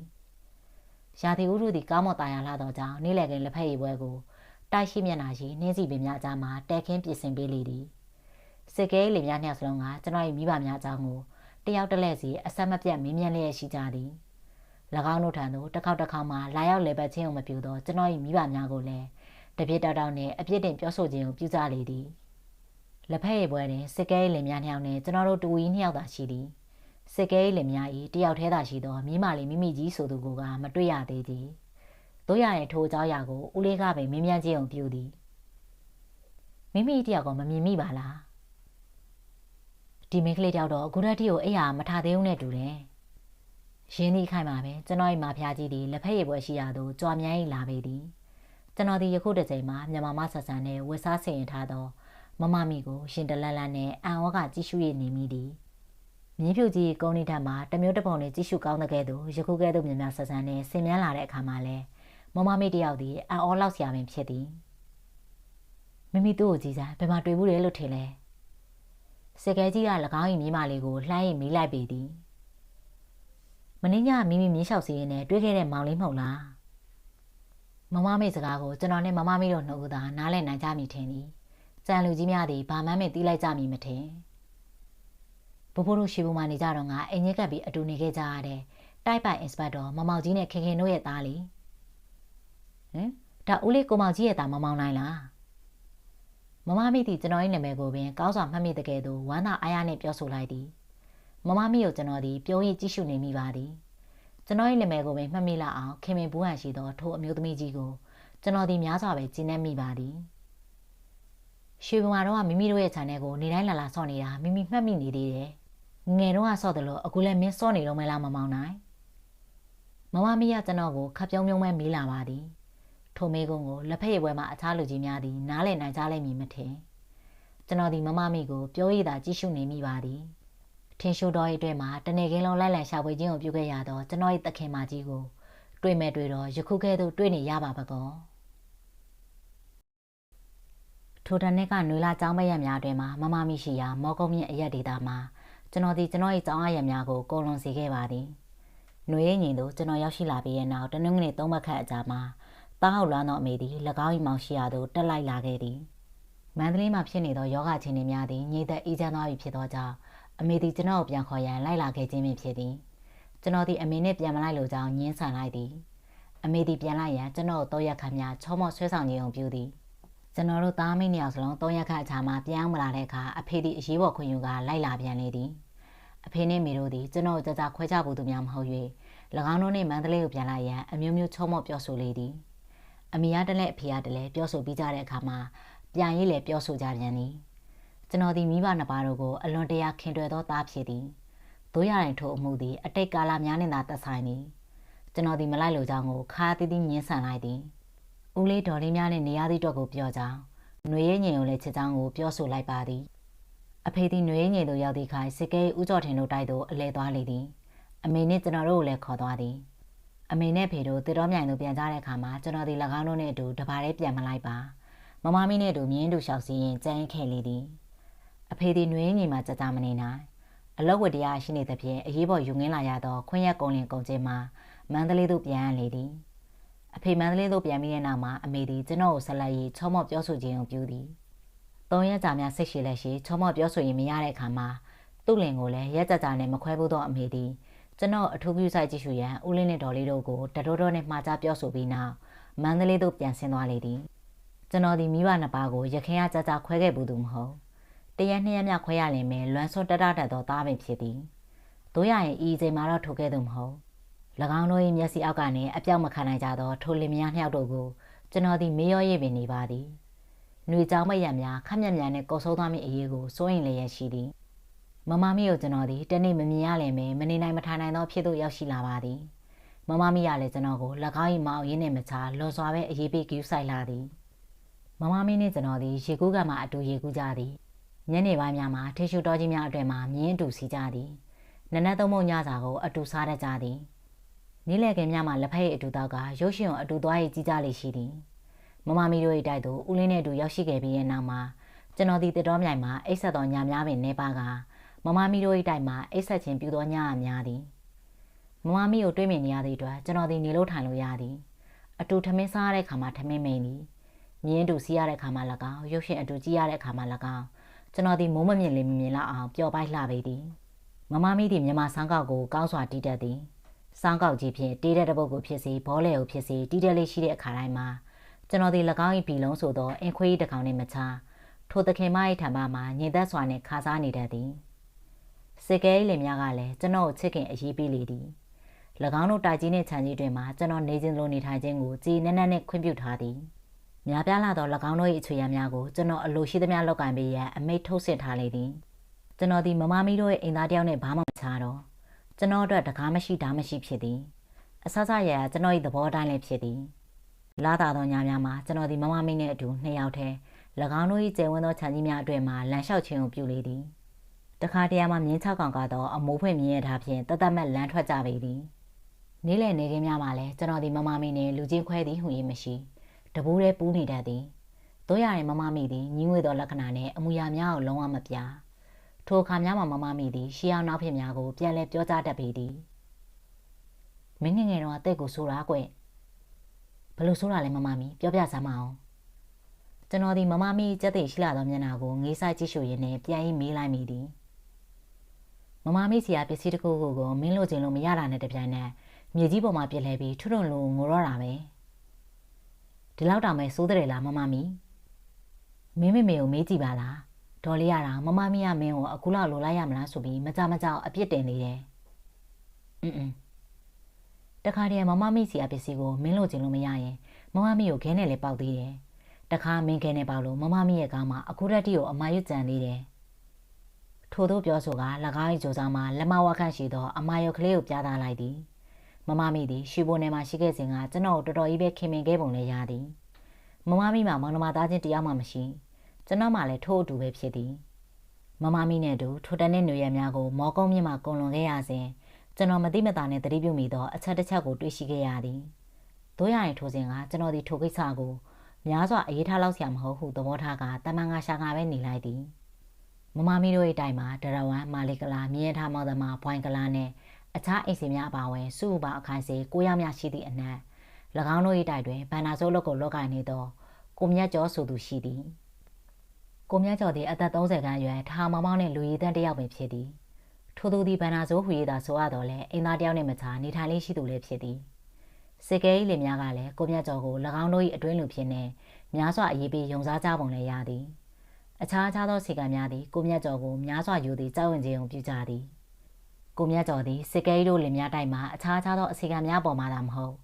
စစ်ကဲလင်များ၏ဥစ္စာပစ္စည်းများကိုအမွေခံရမည်မမမီတယောက်ပေါ်မှာလည်းအတော်လေးဩဇာညောင်းမှုရသည်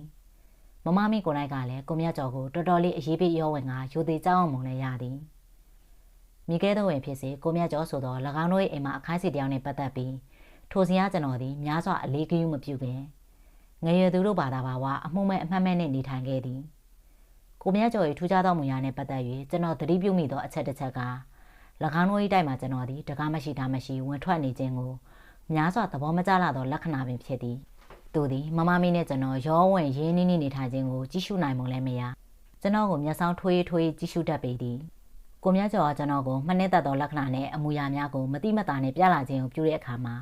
မမမီသည်သခင်မပေပြီးမိဘသာခန့်ညာညာမနေပဲထိုအခိုင်းစီအားလှည့်ပတ်နှစ်သိမ့်ကြီးကိုပြုလေသည်မောင်မောင်နာမိမိကြီးတို့နဲ့ငငယ်ကလေးကအတူနေခဲ့တာပါကိုမြတ်ကျော်ရဲ့ပြောဆိုတတ်လေသည်မမမီသည်ကိုယ့်အိမ်မှာလာခပေးခိုင်းစီထားသောဘန္နာစိုးတယောက်ကိုအဖေအတွက်နဲ့အမြအရေးပေးနေရသည်နေကျွန်တော်ဒီနားမလည်နိုင်အောင်ဖြစ်မိသည်တို့ရရင်ထိုကိစ္စကိုကျွန်တော်ဒီလေးနဲ့စဉ်းစားခြင်းတွေးတောခြင်းကိုမပြုမိ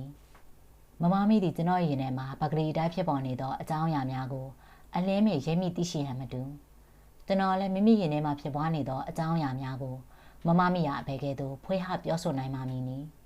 မမမီသည်ကျွန်တော်အားမောင်အရေးချတယောက်ကဲ့သို့ခင်မင်ပေသည်အရေးပေးပေသည်အယောဝင်သည်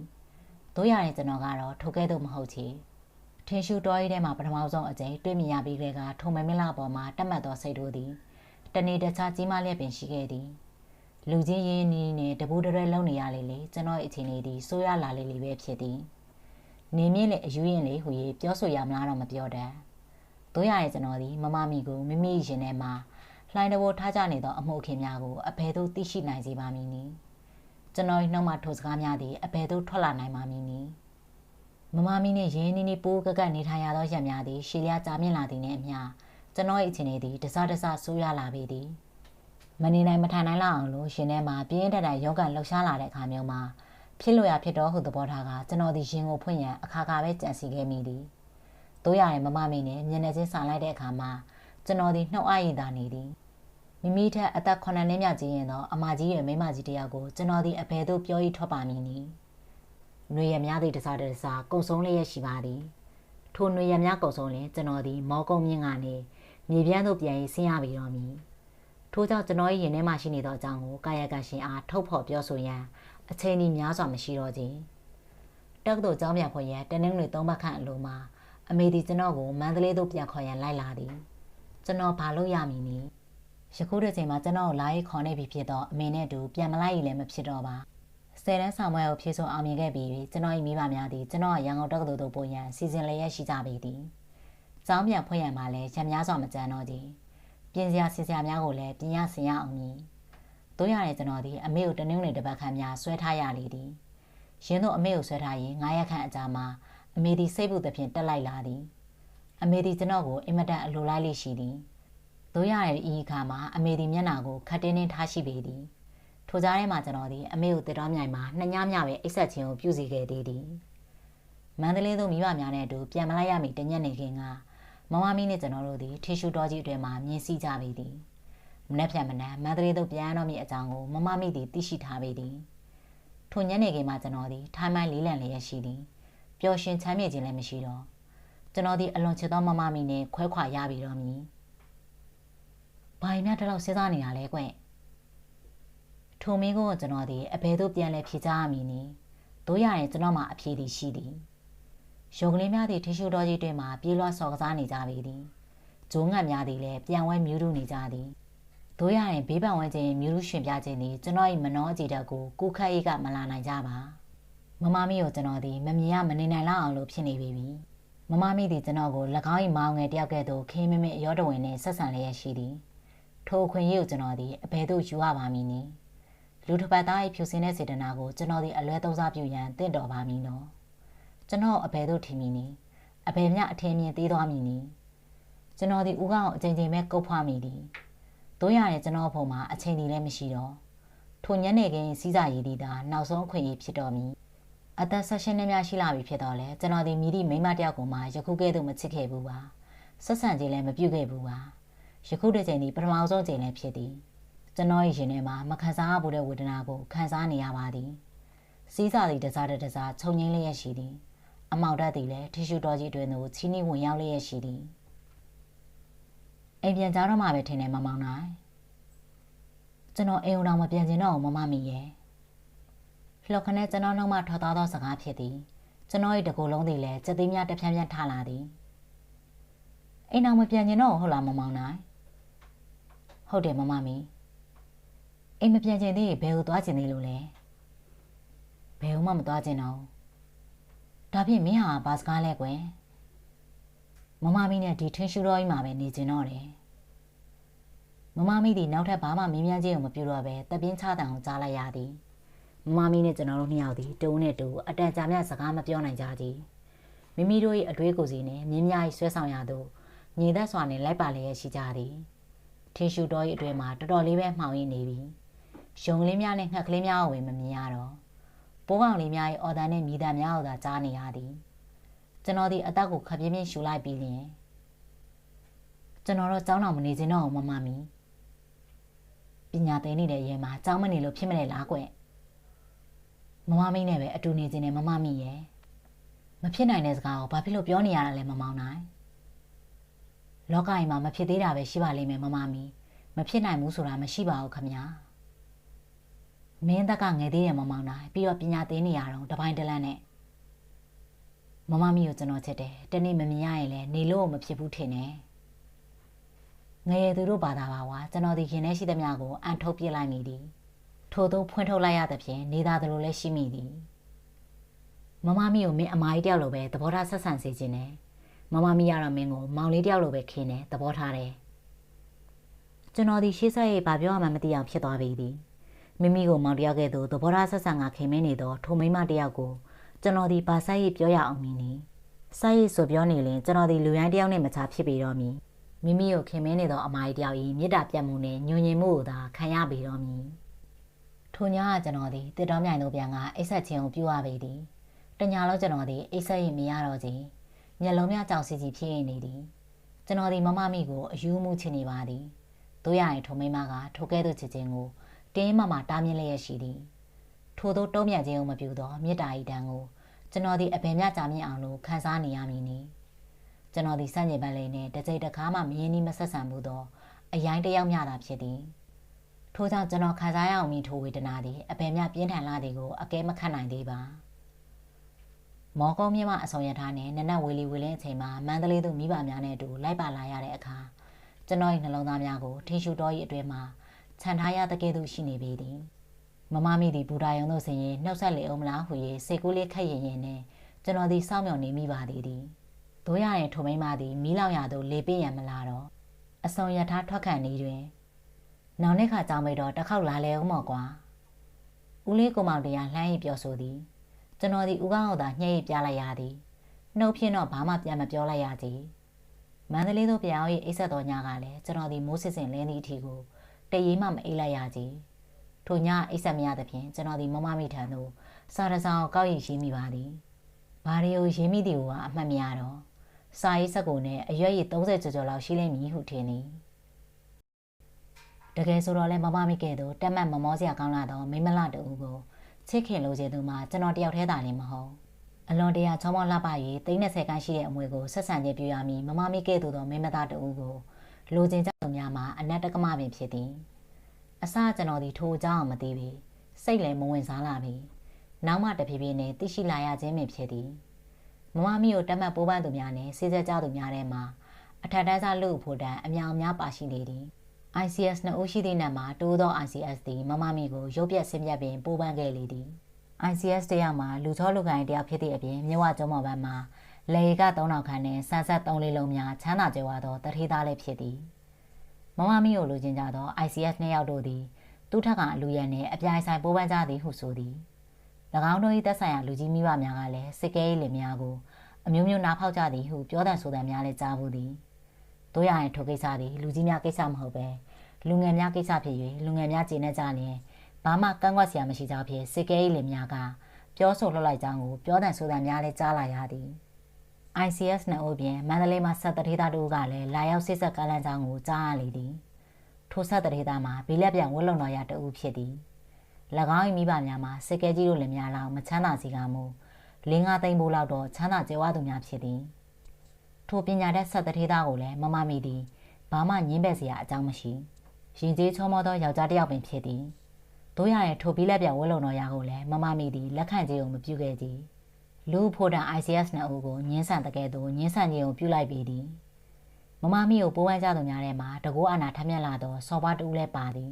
ထိုစော်ပါသည်ဗမာတနက်ကင်တရင်မှာကပတိန်အစင်တန်းရှိသူလည်းဖြစ်သည်ထိုဘိုးကြီးသည်ຫນွေရိပ်ငင်သို့ຫນွေဥပေါရာတန်းမှာလာရောက်နေထိုင်လဲပတ်တတ်သူလည်းဖြစ်သည်မမမိရဆွဲလန်းလန်းနဲ့ပိုးပန်းငယ်ကြောင်းပြောတဲ့ဆိုတဲ့များလည်းကြားရဘူးသည်တို့ရရင်မမမိသည်ထိုစော်ပါသားကိုလည်းမိတ်ဆွေတူအနေနဲ့လက်ခံပြုကာထိုထပ်ပုံမူရေးဆက်ဆံခြင်းကိုမပြုခဲ့ကြ။ဧကဲ့သို့အစဉ်တန်းကြီးမားလာသောလူအထက်တန်းစားဆိုသူများအပြင်အလဲလန်းတန်းစားများထဲမှာချီကပ်ပိုးပန်းသူများသည်လည်းအများပြားပင်ဖြစ်သည်။တို့ရရင်အသက်20ကျော်လွန်ရဲ့အစိတ်အတွင်းသို့ပင်ဝင်လာခဲ့လေပြီ။မမမိသည်လက်ကိုင်းဖူးစာဘက်အနေနဲ့တူတယောက်ကိုမှလက်ခံခြင်းကိုမပြုခဲ့။မမမိသည်ထိုအသက်အရွယ်ထိကို၎င်းချရမိသူကိုမတွေ့ရှိသေး၍ထိုကဲ့သို့ညှင်းမဲ့ခြင်းလည်းဖြစ်လိမ့်မည်။တို့ဒီမဟုတ်၎င်း၏ချစ်တော်သူရှိနှင့်ပြီး၍ထို့သောမတုံ့ပြန်မဲနဲ့ညှင်းဆန်ခြင်းပဲပြုလေသလိုအတန်းစိတ်ကြော်လာသည့်တိုင်အောင်အိမ်နောက်ပြရညင်းလျက်ရှိသောကိစ္စများနှင့်ပတ်သက်ပြီးလူတို့သည်၎င်းတို့၏ထင်မြင်ချက်များကိုအမျိုးမျိုးပြောဆိုလျက်ရှိသည်အချို့သောပြောတဲ့ဆိုတဲ့များကိုကျွန်တော်ဒီကြားရတော့လဲအချို့မူကမကြားရပါကြားရသောပြောတဲ့ဆိုတဲ့များ၌မမမိအားအပြည့်တင်သောစကားများလုံးဝမပါရှိခြင်းအံ့ဩခြင်းနှင့်နားမလည်နိုင်ခြင်းများပဲပါရှိသည်တကယ်ဆိုတော့လဲထိုအသက်အရွယ်ထိကိုလူဖိုးတက်များ၏စိစက်ခြင်းကိုခံရသည့်တိုင်အောင်တယောက်ပြီးတယောက်ကိုခေါင်းခါနေသောထုံမိန်းမကိုပတ်ဝန်းကျင်သည်အံ့ဩခြင်းနဲ့နားမလည်ခြင်းမှလွဲပြီးအခြားဘယ်သို့သဘောထားရအောင်မည်နည်းမမမီတို့စီမှာမန္တလေးသို့ပြန်လာခဲ့ရပြီးတဲ့နောက်မှာကျွန်တော်ဒီမိဘများနဲ့အတူ10ရက်ခန့်များလောက်ကိုနေထိုင်ကြည့်အောင်ပြုရပြီသည်ထို10ရက်အတွင်းမှာမမမီထံသို့ကျွန်တော်ဒီစာ9ကြောင်များကိုတစ်ဆောင်ပြီးတစ်ဆောင်ရေးပို့နေခဲ့သည်စာများထဲမှာမမမီကိုသာနိုင်နဲ့အမျှတတိယလွမ်းဆွနေသည့်အကြောင်းနဲ့နေရေးထိုင်မဖြစ်တော့သည့်အကြောင်းများကိုသာထပ်တလဲလဲနဲ့ရေးနေမိသည်မမမိထံမှထို့တော်တွင်စာတစောင်းမှပြန်မလာခြင်းရင်းတို့စာမပြန်သည့်အတွက်ကိုကျွန်တော်ဒီပိုရေးအနေထိုင်ရခက်လာလေသည်မောကောင်းမြင့်တို့ပင်အပြေးထွက်သွားရကောင်းနှုံနှင့်ဖြစ်နေခဲ့မိလေသည်မန္တလေးမှာနောက်ဆုံးကုန်လွန်ရတဲ့နေ့ကမှမမမိထံကနေပြန်စာတစောင်းရောက်ရှိလာလေသည်စောင်းမှတ်ပုံတင်ထားသဖြင့်ဘယ်သူဘယ်ဝါထမစာမှန်ကိုစာရေးမြင်ရကြတဲ့ကကျွန်တော်ဒီသိရှိရနေရလေပြီကျွန်တော်ဒီပျောက်ဆုံးသွားသောကလေးကစားကြရုပ်ကိုပြန်လည်တွေးရှိရသောကလေးတငယ်ထက်ကိုမြူးတူးနေလိမ့်မည်ဟုထင်သည်မမမိထံမှစာကိုအေးချမ်းနဲ့လောလလတ်ဖတ်ရှုခြင်းကိုပြုရန်အတွက်ကျွန်တော်ဒီမိမိရဲ့အခန်းတွင်သို့ဝင်လာခဲ့သည်စာမကျွန်တော်ထင်စားထားသလိုတော့မဟုတ်တိုတိုနဲ့လူရင်းကိုသာရေးသားထားသည်စာထဲမှာကျွန်တော်ရဲ့အဆက်မပြတ်ရင်းနေသောစာများကိုရရှိပါကြောင်းစာတိုင်းကိုမပြန်ကြားခြင်းမှာတလွဲအားမပေးလို့ရဖြစ်ကြောင်း၎င်းအမိုင်းတယောက်ကဲ့သို့သာရိုးသားနဲ့ခင်မင်စေလိုကြောင်းပညာကိုလည်းဂရုတစိုက်သင်ကြားဖို့ကြောင်းများကိုဩဝါဒဆန်ဆန်ရေးသားဖော်ပြထားလေသည်ကျွန်တော်ဒီရှင်မောလျက်ရှိပါသည်မမမိထံမှာထိုကဲ့သောဩဝါဒအကြောင်းအရာများကိုကျွန်တော်ဒီမမျှော်လင့်မှာလိုလဲမလိုခြင်းကြားလဲမကြားခြင်းမှာ ကျွန်တော်ညှိုးချောင်းနေတဲ့စိတ်ဓာတ်ကိုပြန်လဲလန်းဆန်းလာစေပြီးအကြောင်းအရာများကိုသာမျှော်လင့်ခြင်းကိုပြုခဲ့ပေသည်တို့ရတဲ့မှန်းချက်နဲ့နှမ်းထွက်တို့ကတခြားစီဖြစ်ခဲ့ပြီထို့ကြောင့်ကျွန်တော်သည်ရင်မောလျက်ရှိနေရခြင်းပင်ဖြစ်သည်ရန်ကုန်တောက်သူကျောင်းတိုင်းသို့ဝင်လျောက်ပြီးလင်ပြီးခြင်းမှာကျွန်တော်ဒီစာရေးဆက်ကိုနဲ့စာရွက်အစိတ်ခန့်များကိုစာရှည်တစ်စောင်ကိုမမမိထံသို့ရေးသားလိုက်မိပြန်သည်ထိုစာမမမိလက်ထဲသို့ရောက်ရန်အတွက်မှတ်ပုံတင်လိုက်မိပါသည်တို့ရတဲ့တနင်္ဂနွေတပတ်ခန့်ကြာသည့်ထိကိုစောင့်တော့လဲပြန်စာမှုကမလာခြင်းကျွန်တော်ဒီရန်ကုန်တောက်သူမှာမနေတတ်မထိုင်တတ်အောင်လို့ဖြစ်လာသည်တင်ကြားရသောဘာသာရပ်ထဲမှာလည်းအနှဲငယ်များစိတ်ဝင်စားခြင်းမရှိကျွန်တော်ဒီမိမိတက်ရောက်ရန်ရှိသောအတန်းများကိုပင်မှန်ကန်ကန်နဲ့မတက်ရောက်နိုင်အောင်စိုးစိုးရွားပင်ဖြေးနေပါသည်ပထမတစ်ဆောင်ရေးပြီးတဲ့နောက်မှာ10ရက်ခန့်အကြာမှာမမမိထံသို့ဒုတိယတစ်ဆောင်ကိုရေးလိုက်ရပြန်လေသည်ထိုစာထဲမှာမမမိကိုအလွမ်းပြေကြည့်ရှုရန်ဓာတ်ပုံတစ်ပုံလောက်ပို့ပေးဖို့ကိုလည်းတောင်းလိုက်မိပါသည်ထိုစာရေးပြီးတဲ့နောက်မှာကျွန်တော်ဒီမမမိကိုတနင်္ဂနွေတစ်ပတ်အချိန်ပေးထားသည်တို့ရတဲ့အကြောင်းမပြန်ကြီးတတိယတစ်ဆောင်ရေးသားမိနေတွင်မမမိထံမှာစာရေးတဲ့ရောက်လာလေသည်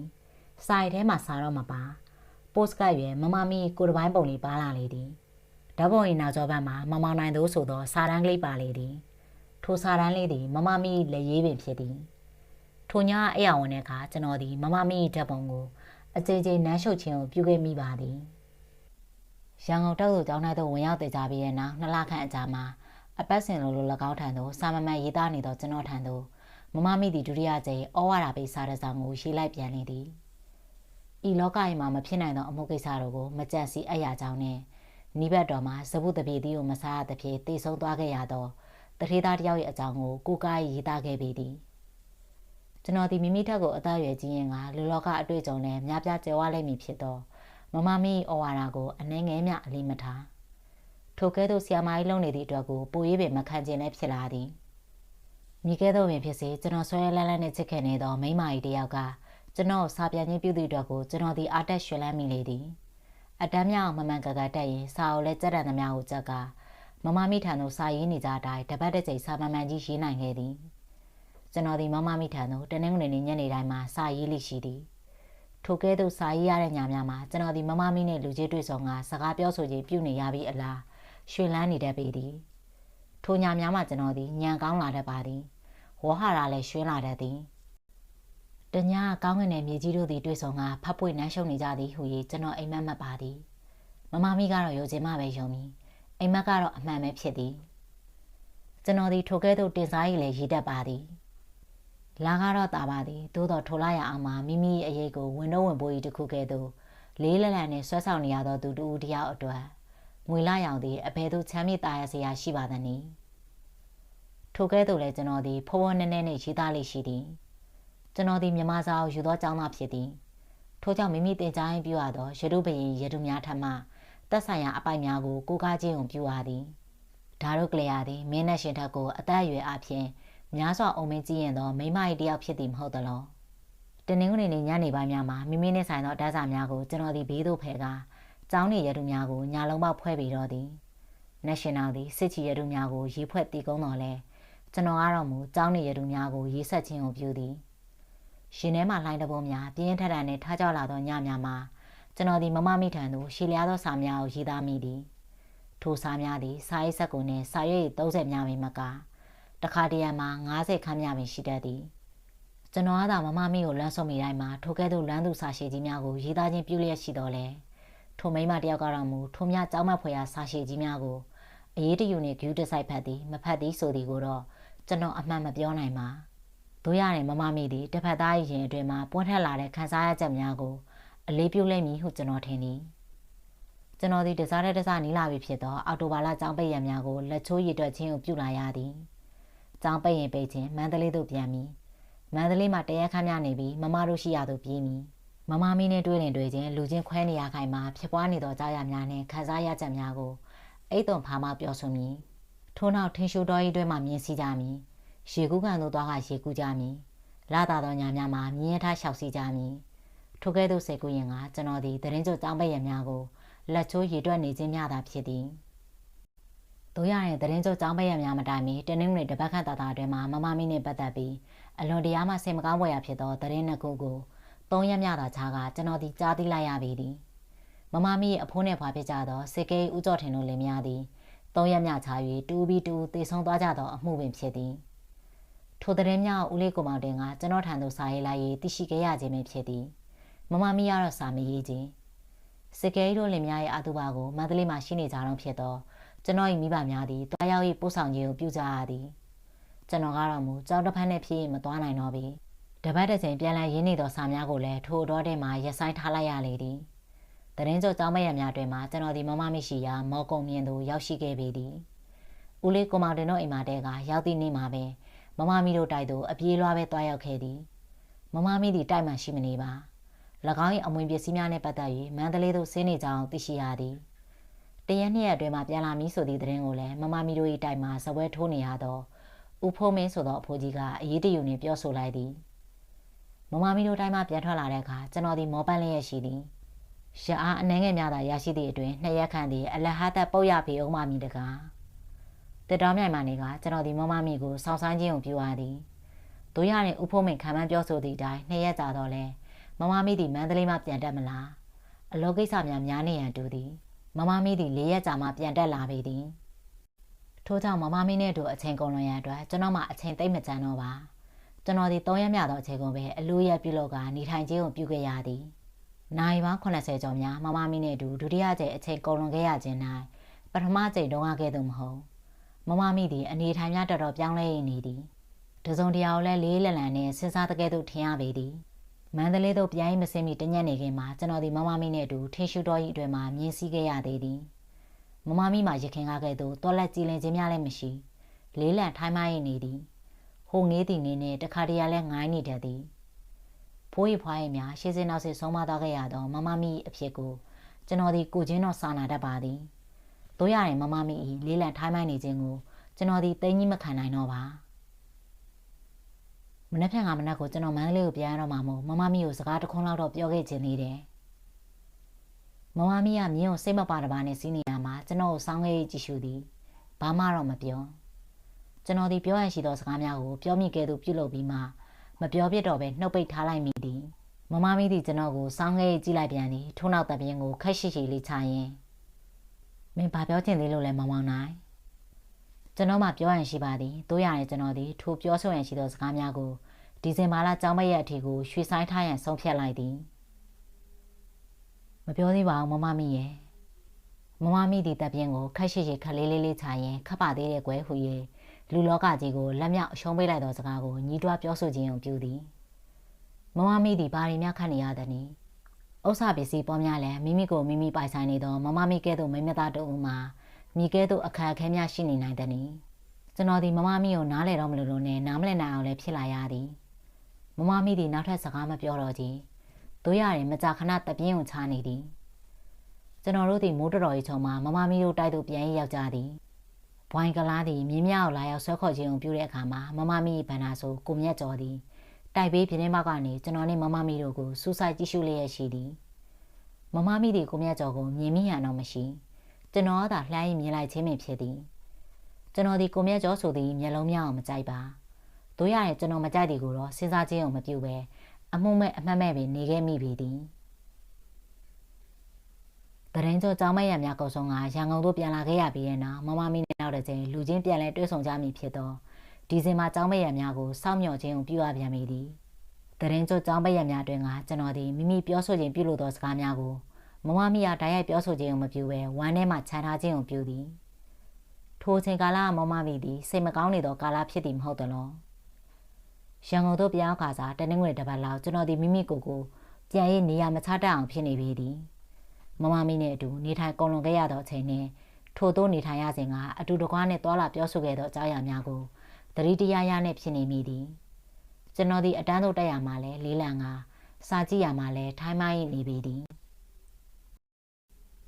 ရန်ကုန်သို့ပြောင်းပြီးတဲ့နောက်တနင်္ဂနွေတစ်ပတ်ခန့်တာကြာမှာမမမီထံသို့ကျွန်တော်ဒီစာတစ်စောင်ရေးလိုက်လေသည်ထိုးစာတိုင်းကျွန်တော်၏စာမှာဝေဒနာအကြောင်းများဖြင့်ဝေးနေသည်တို့ရရင်တိတ်တော့မရှိလားဟုဆိုသည့်တိုင်စာရေးဆက်ကိုနဲ့9ရက်ခန့်များတော့ရှိသည်တို့ရရင်မမမိထံမှာ3ရက်ခန့်အကြာမှာ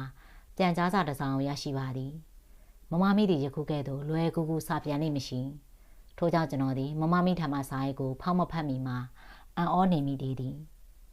မမမီက၎င်းစိတ်မကောင်းဖြစ်နေတော့အခိုင်မှာမကြာခဏစာရေးသားခြင်းကိုမပြုဘူးတောင်းပန်ထားလေသည်၎င်းအပြင်ဤလောကကြီးမှာလူတို့ထင်မှတ်မျှော်လင့်ထားခြင်းကိုပြုထားသလိုဖြစ်မလာတတ်ပဲတလွဲတချော်နဲ့ဖြစ်လာတတ်တဲ့အခါမှာလူတို့သည်ကြီးစွာသောစိတ်ဆင်းရဲပင်ပန်းခြင်းကိုဖြစ်ရတတ်သည်ဆိုသည့်အကြောင်းများကိုလည်းသတိပေးရေးသားထားလေသည်နောက်ဆုံးမမမီသည်ကျွန်တော်ပညာစူးစမ်းတဲ့မှုနှင့်ထပ်မံရေးတိုက်တွန်းခြင်းကိုပြုလေသည်မမမီရထိုကဲ့သို့ဂျာညက်တောင်းပန်ခြင်းကိုပြုလိုက်သည့်အတွက်ကျွန်တော်သည်ထိုမိမထံသို့စာရေးသားများကိုဆင်ခြင်လာခဲ့ရပေသည်ရခင်ကားကဲ့သို့တစ်ပတ်တစ်ချိန်ရင်းနေမဖြစ်တော့နှစ်ပတ်တစ်ချိန်လောက်ပဲရေးရသည်ဒီဇင်ဘာလကျောင်းမရံများသည်ဝေးလံနာသည်ဟုကျွန်တော်ထင်သည်သတင်းကြိုကျောင်းမရံများနဲ့ဒီဇင်ဘာလကျောင်းမရံများကြားမှာကျောင်းရက်သည်2လမြမင်းမရှိတို့ရရဲ့ထို2လမြမရှိသောကျောင်းရက်များကိုကျွန်တော်သည်2နှစ်မကအောင်ထိနေပြီသည်ဒီဇင်ဘာလနဲ့တို့ရောက်လင်ပင်အေးဒဏ်သည်စားရည်ဝင်ရောက်စပြုလာလေသည်ထိုအေးဒဏ်ဝင်လင်ဝင်ခြင်းမှာကျွန်တော်သည်ထိုအေးဒဏ်ကိုအကြောင်းရှာကမမမိထံသို့ဈာဖြတ်စာတစောင်းကိုရေးလိုက်မိပြန်လေသည်ရန်ကုန်မှာချမ်းသာပြုတဲ့အခါမှာနှွေးငိမ်မှာတော်တော်ကြီးအေးနေမိထင်ကြောင်းကိုအကြောင်းအရာပြုကစာရှည်ကြီးတစ်စောင်းကိုရေးလိုက်တဲ့အခါစာရေးဆက်ကိုနဲ့အရွက်30ခန်းများရှိပေလိမ့်မည်မမမိထံမှာစာပြန်မလာခြင်းတို့ရတဲ့နာတာလူကြောင့်မရများသည်များစွာမဝေးလာတော့ခြင်းခရစ်တော်ဖားမြင်သောပွဲတော်၏အနန္တများကိုပင်တစ်ချက်မှာရှူရှားရစပြုလာလေသည်တို့ရတဲ့မမျော်လင့်သောကြောင်းရတစ်ခုသည်နာတာလူကြောင့်မရများမတိုင်မီမှာပြန်ပွားလာခဲ့ပေသည်ဒီဇင်ဘာလ10ရက်နေ့မှာရန်ကုန်တောက်သို့ကျောင်းတိုင်းနဲ့တကွာမြန်မာနိုင်ငံကျောင်းများအလုံးကိုရက်အကန့်အသတ်မရှိပိတ်လိုက်ပြီးဆိုတော့ပညာရေးအာဏာပိုင်တို့၏ထုတ်ပြန်ကြေညာချက်ပင်ဖြစ်သည်ဒီဇင်ဘာလ9ရက်နေ့ညကဂျပန်လေတပ်ကြီးတတပ်သည်စစ်ကြေညာခြင်းမပြုဘဲပလဲစိတ်ကန်းကိုရုတ်တရက်ဝင်ရောက်တိုက်ခိုက်ခြင်းကိုပြုသည်ဒီဇင်ဘာလ10ရက်နေ့နေမဝင်မီမှာကျွန်တော်သည်မန္တလေးမှကျေးနန်းစာတစ်စောင်ကိုရသည်ကျွန်တော်၏မိဘများထံမှဖြစ်သည်မန္တလေးသို့ချက်ချင်းပြန်လာရန်ဆင့်ခေါ်လိုက်သောဆင့်စာပင်ဖြစ်သည်ဒီဇင်ဘာလ9ရက်နေ့ရထားဖြင့်ကျွန်တော်သည်မန္တလေးသို့ပြန်လာခဲ့သည်မန္တလေးသို့ရောက်လင်ရောက်ချင်းကျွန်တော်သည်မမမိထံသို့ဝင်ရန်ရထားပေါ်မှဆင်းစားလာခဲ့သည်ကျွန်တော်သည်အာရှတိုက်သို့ကူးဆက်လောင်မြိုက်နေပြီဖြစ်သောဒုတိယကမ္ဘာစစ်ကြီးအကြောင်းကိုအနှဲငယ်များပင်ထည့်သွင်းစဉ်းစားခြင်းအောင်မပြုမမမိနှင့်တွဲဆုံရမည့်ကိစ္စကိုသာစဉ်းစားလာခဲ့လေသည်စကော့ဈေးသစ်ကြီးမှာမမမိအတွက်ကိုလက်ဆောင်ပေးရဝယ်ယူလာသောပစ္စည်းလေးများကိုလည်းမကြာခဏထိုးရေးကြည့်ရှုနေမိလေသည်မန္တလေးသို့ရောက်တဲ့အခါမှာကျွန်တော်၏မိဘနှစ်ပါးတို့သည်မြန်မာနိုင်ငံသို့စစ်မီးကူးဆက်ပြန့်နှံ့လာလျင်အိန္ဒိယသို့လိုက်တဲ့မလိုက်တဲ့ဆိုသောကိစ္စများကိုတိုင်ပင်လျက်ရှိကြလေသည်ကျွန်တော်၏ဖခင်သည်အထက်တန်းပလက်အရာရှိတူဖြစ်ကအိန္ဒိယနိုင်ငံသို့ပြောင်းရွှေ့ကောင်ပြောင်းရွှေ့လိမ့်မည်ဟုတွက်ချက်ထားသောမြန်မာအစိုးရအဖွဲ့နှင့်အတူလိုက်ပါရန်စဉ်းစားခြင်းကိုလည်းပြုဟန်တူသည်တို့ရတဲ့ကျွန်တော်၏မိခင်ကတော့၎င်း၏မွေးရမည်မှတပါအခြားရက်တစ်ပါးသို့မလိုက်လိုချေထိုးဆန်တိုင်းနောက်ဆုံးမှအဖေသည်အမေလိုသို့လိုက်ပါလေသည်ကျွန်တော်၏မိဘများသည်စစ်ပင်းနှင့်ကင်းလွတ်မည်ထင်သောစကိုင်းတာယုံမှာပဲဖြစ်ဖြစ်မင်းကုန်းဘက်မှာပဲဖြစ်ဖြစ်ရွှေပြောင်းနေတိုင်းကြီးကိုပြုရန်တိုင်ပင်လျက်ရှိကြပေသည်ကျွန်တော်သည်အထက်ပါကိစ္စများကိုအနှဲငယ်မှစိတ်ဝင်စားခြင်းမပြုမန္တလေးသို့ရောက်ရှိပြီးတဲ့နောက်မှာနောက်တစ်နေ့မှာမမမီတို့ရှိရာသို့သွားရန်အရေးကိုသာစဉ်းစားနေမိလေသည်နောက်တစ်နေ့မှာကျွန်တော်သည်မမမီတို့ရှိရာသို့သွားရန်မိမိကိုယ်ကိုပြင်ဆင်လေသည်ຫນွေရဲ့ငိမ်မှာအလွန်တရာအေးချမ်းလာမည်ဖြစ်သောကြောင့်တက်ကလတ်နှင့်သိုးမွေးထံများကိုထိုးရသည်ထိုကဲ့သို့ပြင်ဆင်နေသောကျွန်တော်၏အခန်းထဲသို့ဝင်လာသောအမေသည်ရုတ်တရက်သောနားမလည်သောမျက်လုံးများနှင့်အတန်ကြာများငေးကြည့်ရနေသည်ဦးလေးကိုတင်မောင်တို့စီကိုသွားလိမ့်မလို့အမေကျွန်တော်ကပင်ကြိုတင်ကရှင်းလင်းပြောပြလိုက်ရပေသည်အမေသည်ကျွန်တော်၏ကြံစီကိုများစွာအံ့အားသင့်သွားပုံလည်းရသည်တို့ရရင်တသက်လုံးကအလိုလိုက်ထားခဲ့တဲ့သားကိုရုတ်တရက်ကန့်ကွက်ပြောဆိုခြင်းတော့မပြုတောင်ပေါ်မှာတေးအေးနေပြီးသားတော်တော်ကြာရင်အေးမိပြီးတော့နေထိုင်မကောင်းဖြစ်နေလိမ့်မယ်ဒီလောက်များသာအမေကပြောဆိုခြင်းကိုပြုသည်ထို့နောက်အမေသည်ပြန်ရေးထွက်သွားလေသည်အမေထွက်သွားပြီးတဲ့နောက်တအောင်လောက်ကြာမှာအဖေသည်ကျွန်တော်၏အခန်းထဲသို့တစောတစ်ခုကိုလိုက်လံရှာဖွေသလိုနဲ့ဝင်ရောက်လာလေသည်ထို့သို့ဝင်လာရင်းနဲ့တရေတစ်တာ၏တလုံးတွင်သို့တက်ကလတ်ရှန်ကြီးနှင့်တိုးမွေးစတာများကိုထည့်သွင်းနေသောကျွန်တော်ကိုကြည့်ရှုရနေလေသည်ဘယ်လိုများခီးသွားအောင်မှမို့ဒီပစ္စည်းတွေကိုထည့်နေရတာလဲကွယ်လူကလေးဦးလေးတို့စီကိုအလဲသွားမလို့ပါအဖေကျွန်တော်ဒီခပ်ပေါ့ပေါ့ပင်ပြန်ဖြေလိုက်သည်စစ်ကြီးဖြစ်နေရအောင်လူကလေးမင်းနေပြီထင်တယ်အဖေကထိုကဲ့သို့တွဲဝဝပြောဆိုခြင်းုံပြုသည်အပုံဝေးသေးပါတယ်ဖေဖေရဲ့တိတ်လဲပူးမနေစမ်းပါနဲ့ဂျပန်စစ်တပ်တွေယူရီးယားနယ်ထဲမှာအစင်းသိရှိနေကြတယ်ဆိုတာလူကလေးမသိဘူးနဲ့တူတယ်ကျွန်တော်တို့တိုင်းမြို့တော့ဂျပန်တွေကတော်တော်နဲ့တိုက်လဲအောင်မထင်ဘူးဖေဖေစင်ကာပူမှာလည်းအင်္ဂလိပ်ခန္ဓာကြီးရှိနေတာပဲကျွန်တော်ဒီငယ်သူတို့၏ဘာသာပါဝါမိမိထင်ရမြင်ကိုစွတ်တိုး၏ပြောဆိုနေသည်အမေနဲ့ဖေတို့သည်ကျွန်တော်ကိုကြက်ကြက်တဲတဲတားမြစ်ပိတ်ပင်ခြင်းတော့မပြု ຫນွေရိပ်ငိမ်မှာຫນွေထထင်းနဲ့နေထိုင်ကြရန်လောက်ကိုသာတတိပေးပြောဆိုပြီးတဲ့နောက်ခွင့်ပြုလိုက်ကြပေသည်အမေသည်ကျွန်တော်ကိုမန္တလေးဘူတာရုံသို့လိုက်ပို့သေးသည်သတိဝိရိယနှင့်နေထိုင်မှုကိုအတန်တန်သတိပေးသည်ဦးလေးကိုမောင်တဲ့နဲ့ဒေါ်လေးမသိန်းတင်တို့လေးများကိုလည်းစားတစောင်းပေးလိုက်သေးသည်မန္တလေးမှာကျွန်တော်စီးနှင်းလိုက်ပါလာသောယထာသည်တောင်ချေရင်းသို့ရောက်တဲ့အခါမှာကျွန်တော်ရင်ထဲမှာလှုပ်ရှားရှားဖြစ်လာပေသည်နိုင်ပိုင်းထဲမှာကျွန်တော်သည်မမမီကိုတွေ့ရတော့မည်မဟုတ်ပါသလောမမမီကိုနှွေးငိမ်မှမတွေ့ရကြဒီဇင်ဘာလ10ရက်နေ့ကပင်ရန်ကုန်သို့ဆင်းသွားကြအောင်သိရသည်မမမီသည်ရန်ကုန်အရေးကြီးကိစ္စတစ်ခုနှင့်တွားရသည့်အကြောင်းကိုဦးလေးကိုမောင်တင်နှင့်ဒေါ်လေးမသိန်းတို့ကိုဝင်ရောက်ပြောကြားခြင်းုံမပြု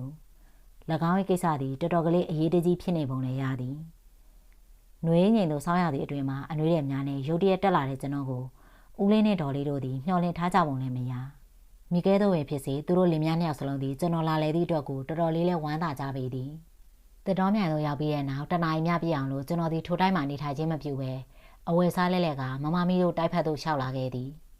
မမမီနှင့်လူချင်းတွေ့ရတော့မည်ဖြစ်၍ကျွန်တော်သည်ပြုံးရှင်လျက်ရှိသည်ဝင်းတကားမှဒရဝံကလာသည်ကျွန်တော်ကောင်းစွာသိရှိထားသူလည်းဖြစ်သည်တကားကိုလွယ်ကူကူနှင့်ဖွင့်ပေးသည်စင်ဝင်အောက်သို့ရောက်တဲ့အခါမှာမမမီကိုထင်းထင်းဆောက်ရှောက်ကအဖော်တော်ပြုနေရသောအမေကြီးကကျွန်တော်ကိုစီးကြိုခြင်းကိုပြုသည်တို့ရတဲ့မမမီတယောက်ကိုတော့မတွေ့အမေကြီးသည်ကျွန်တော်ကိုအခန်းတွင်းသို့ရှေ့ဆောင်ရင်ခေါ်သွားသည်ထို့နောက်ကျွန်တော်တို့ကိုအစီကံများကိုလက်ဖက်ရည်နေမုံများကိုယူလာပေးရန်ကိုလှမ်းရေးပြောဆိုလိုက်သည်ကျွန်တော်သည်သိန်းကြီးမခံနိုင်တော့သဖြင့်မမမီတယောက်နေကောင်းရလားကြည်ကြည်မိမိတို့တနေ့ကပဲရန်ကုန်သွားကြတယ်လို့ကလေးမမမီရန်ကုန်သွားတယ်သူ့ဘန္နာဆိုမောင်မြတ်ကျော်နဲ့နှစ်ယောက်သွားကြတယ်လေဘယ်တော့ပြန်လာကြမလဲလေကြည်ကြည်ဘန်းပစ္စည်းတွေနဲ့ငွေတွေကိစ္စလို့ပြောတာပဲဘလောက်ကြာလိုက်မဲဆိုတာကိုတော့ကြီးကြီးကိုလည်းပြောမသွားကြအောင်ကျွန်တော်ဒီမောရီသွားရပေသည်ထိုခိုက်လက်ဖက်ရည်နဲ့မုံများကိုအစီကံမိမကြီးတယောက်ကယူလာ၏ချပေးသည်လက်ဖက်ရည်တောက်ပါအောင်လူကလေးအမေကြီးသည်ကျွန်တော်ကိုလက်ဖက်ရည်ပကံကိုကိုရာယူရေးလှမ်းပေးရင်းနဲ့ပြောသည်လှမ်းပေးနေတဲ့လက်ဖက်ရည်ပကံကိုကျွန်တော်ဒီမလွဲမရှောင်သာလှမ်းယူလိုက်ရပေသည်ထို့နောက်ကျိမေးမျိုးချလိုက်ရသည်မုံစားမအောင်လားလူကလေးကျွန်တော်ဒီမုတ်ကိုတော့ညင်းဆန်လိုက်ရသည်ကျွန်တော်ဒီကိုမြတ်ကျော်နဲ့တူရန်ကုန်သို့သွားနေသောမမမိတော်ကိုရှင်မောနေရပေသည်အတန်ကြာမြငိုင်းနေပြီးမှဘယ်တော့ပြန်လာကြမယ်ဆိုတာတော့ကြီးကြီးကိုခံမှန်းကြည့်လောက်ဖြစ်ဖြစ်မမမိကပြောမသွားဘူးလားယင်ဘာမှတော့မိမိကပြောမသွားဘူးကွကျွန်တော်ဒီမောဟရပြန်ပါသည်မမမိသည်ရန်ကုန်ဘာသာကြီးတိုင်းမှာ၎င်း၏ရတနာပစ္စည်းများအပြင်ငွေသေးငွေရှင်အမြောက်များကိုအနံ့ထားကြောင်းကျွန်တော်ဒီရခင်ကပင်ကြားဘူးပေသည်တို့ရတဲ့အသေးစိတ်ကိုတော့မသိစစ်ကြီးဖြစ်လာတဲ့ဖြင့်မမမိသည်၎င်း၏ပစ္စည်းများကိုတမျိုးတစ်ဖုံစီစဉ်ထားရှိရန်ရန်ကုန်သို့တွားရောက်ခြင်းလည်းဖြစ်တန်ရသည်ကျွန်တော်ဒီမမမိရှိရာရန်ကုန်သို့ပင်လိုက်ရကောင်းတို့စဉ်းစားမိလေသည်တို့ရတဲ့မမမိသည်မိသည့်နေရာမှာတဲခွေနေထိုင်မှန်းကိုလည်းမသိရသေးကြထို့ကြောင့်ထိုမဲကြီးကိုပင်မင်းမြန်စုံစမ်းခြင်းုံပြုရသည်သူတို့တဲမဲ့နေရာကိုတော့လိပ်စာပေးသွားတယ်အိမ်မအေးကြောင့်ရှိလို့ကျင်းနှံရိုက်ဖို့လည်းမှားသွားတယ်ထို့သောပြောဆိုပြီးတဲ့နောက်မှာအမေကြီးသည်အေကန်ဥပရှိစာရေးစပွဲဘက်သို့သွားသည်ထို့နောက်အန်ဆွဲတစ်ခုကိုဖွင့်ကလိပ်စာရေးထားသောစာရွက်တစ်ရပ်ကိုထုတ်သည်ကျွန်တော်သည်အမေထံကနေလိပ်စာကိုကူးယူခြင်းကိုပြုပြီးနောက်နှုတ်ဆက်ကမမမီတို့ခြံကြီးတွင်းကနေထွက်လာခဲ့သည်တို့ရတဲ့ကျွန်တော်သည်တစ်တော်မြိုင်သို့တခါတည်းမပြန်သေးပဲကျင်းနှံရုံသို့ဝင်ခဲ့သည်မမမီထံသို့အသွားပြန်ကျင်းနှံရိုက်သည်ကျွန်တော်ຫນွေငိမ်သို့ရောက်ရှိနေသည့်အကြောင်းနဲ့မမမီကိုစောင့်မျှော်နေကြောင်းဘယ်နေ့ဘယ်ရက်လောက်မှရန်ကုန်ကပြန်လာပြီဖြစ်တဲ့အကြောင်းကိုမေးမြန်းလိုက်ပေသည်ထိုကျင်းနှံအောင်နေချင်းပြန်နှုံနှင့်ကျွန်တော်သည်တစ်တော်မြိုင်ကနေညအိယာဝင်သည့်အထိစောင့်မျှော်ခြင်းကိုပြုခဲ့ပေသည်ကျွန်တော်သည်အိမ်ထဲမှ၌ပဲအိမ်တွေရမနေပဲအပြင်သို့ထွက်နေသဖြင့်ဒေါ်လေးမသိန်းခင်ကအေးမေးလေးမိအကြောင်းကိုအကြိမ်ကြိမ်လှမ်းရသတိပေးခြင်းခံရပါသည်ညအိယာသာဝင်ခဲ့ရသည်မမမိထံမှကျင်းနှံမလားထို့ကြောင့်နောက်တစ်နေ့လုံးမှာကျွန်တော်ဒီမငြိမ်မသက်နဲ့ကျင်းနှံအောင်စောင့်မျှော်နေရပြန်သည်ထိုတနေ့သာကုံသွားပေသည်ကျင်းနှံသည်ပြန်မလားတတိယနေ့မှာကျွန်တော်ဒီနနက်ကော်ဖီတောက်ပြီးလေကစားတိုင်းနဲ့ကျင်းနှံရုံကိုသွားကမမမိထံမှကျင်းနှံအောင်ဆောင်သည်နနက်စာအောင်ပဲကျွန်တော်ဒီတစ်တော်မြိုင်သို့ပြန်ရင်မစားအလွန်တရာမှစားခဲ့လာတော့ကလားထမင်းဆိုင်မှာဖြတ်တယ်လို့စားတော့ခြင်းကိုပြုသည်နေ့လယ်နိုင်ပြန်နှစ်ချက်တိတာခန့်မှာမမမိထံမှကျင်းနှံရောက်လာလေသည်မမမီရ၎င်းကိုဆင်းရဲဒုက္ခခံကနှွေးငိမ်မှစောင့်ဆိုင်မနေဖို့အကြောင်းနဲ့ရန်ကုန်မှာတော်တော်လေးကြောက်မိဆိုတဲ့အကြောင်းများကိုပြန်ကြားလိုက်လေသည်ကျင်းနှံအောင်ဖန်ရင်းနဲ့ကျွန်တော်ဒီမောဟိုက်နေရပြန်သည်ကျွန်တော်ဒီဘာလို့ရအောင်မည်နည်းနှွေးငိမ်မှအေးတံကိုစိုက်ခံနေရအောင်မည်လို့ဒ ဒိုဒီမဟုတ်မိဘများရှိရာမန္တလေးသို့ပြန်ကစောင့်နေရမည်လောထိုညတညလုံးကျွန်တော်သည်အိတ်ဆက်၏မရကြီးမိမိဘာလို့ရမည်အရေးကိုစဉ်းစားနေရပြီသည်တက်တော်မြိုင်မှာမမမိကိုစောင့်နေရမည်လောမန္တလေးမှနေကသတင်းစကားနားထောင်နေရမည်လောနောက်ဆုံးမှကျွန်တော်သည်ဦးလေးနဲ့အဖေတို့အသိမပေးဘဲမမမိရှိရာရန်ကုန်သို့လိုက်ဖို့ဆုံးဖြတ်လိုက်သည်ထို့ကြောင့်နောက်တစ်နေ့မှကျွန်တော်သည်ဦးလေးနဲ့ဒေါ်လေးတို့ကိုမန္တလေးသို့ပြန်ပြီးဟူ၍လဲလဲပြောဆိုကမန္တလေးအစုံရထားကိုစီးလာခဲ့သည်မန္တလေးပူတာမှာရထားဆိုင်တဲ့အခါမှာကျွန်တော်သည်ရန်ကုန်အစုံရထားကိုပြောင်းရီစီးလာခဲ့ပြီသည်ຫນွေရဲငိမ်မှာဦးလေးကိုမောင်တင်လို့လင်မြန်းတဲ့စလုံးကကျွန်တော်ကိုမိဘများရှိရာမန္တလေးသို့ပြန်နေလောက်ပြီးဟူ၍နားလည်ထားကြပြီသည်မန္တလေးမှာရှိနေကြတော့ကျွန်တော်၏မိဘနှစ်ပါးတို့ကလည်းကျွန်တော်ຫນွေရဲငိမ်မှာရှိနေမည်ဟူ၍နားလည်ထားကြပြီသည်တို့ရတဲ့ကျွန်တော်မှမူကမန္တလေးရန်ကုန်အစုံရထားပေါ်မှာရန်ကုန်သို့လိုက်ပါလျက်ရှိပေသည်အကယ်၍သာကျွန်တော်၏မိဘနဲ့ဦးလေးဒေါ်လေးများသည်ကျွန်တော်တယောက်တည်းသဘောနဲ့လောက်ကနေသောအမှုကိုသိရှိခဲ့ကြရင်အဘယ်များစိတ်ပူပင်တော့ကဖြစ်ကြလိမ့်မည်အရေးကိုကျွန်တော်သည်အနှဲငယ်များထဲသွင်းစဉ်းစားခြင်းတော်၎င်းတွေးတောခြင်းတော်၎င်းမပြုခဲ့မိကြီးကျွန်တော်ဖို့မမမီနဲ့တွေးဖို့ထက်ကိုအခြားဘာမှအရေးမကြီးရန်ကုန်မြို့ကြီးနဲ့တကွာမြန်မာနိုင်ငံအထက်ပိုင်းဒေသများကိုယူရီးယားမှတက်ဆွဲထားသောဂျပန်လေတပ်ကြီးသည်အဘယ်သို့ချင်းချောက်လျက်ရှိနေသည်ဘယ်တော့လောက်ဝင်ရောက်တိုက်ခိုက်မည်ဆိုသောစစ်မှတ်ရေးရာများကိုလည်းကျွန်တော်သည်ထဲသွင်းစဉ်းစားရအောင်သတိမရမမမီကိုမတွေ့ရမမြင်ရနိုင်သောကျွန်တော်ဖို့မှာမမမီကိုတွေ့ရမှတပါတခြားဘာမှမရှိတော့ကြီးမမမီကိုကျွန်တော်သည်မတွေ့မဖြစ်တွေ့ရမည်ထို့သောတွေ့ရမည်အမှုတွင်ကျွန်တော်သည်မိမိဘေးအန္တရာယ်ကိုများမစင်စားနိုင်မိလောက်အောင်လည်းဖြစ်ခဲ့ရသည်ရန်ကုန်သို့ရောက်လျက်ခြင်းမှာကျွန်တော်သည်မိမိတဲခွန်နေတိုင်းချင်းပြုရမည်အရေးကိုစဉ်းစားခြင်းမပြုနိုင်သေးပဲ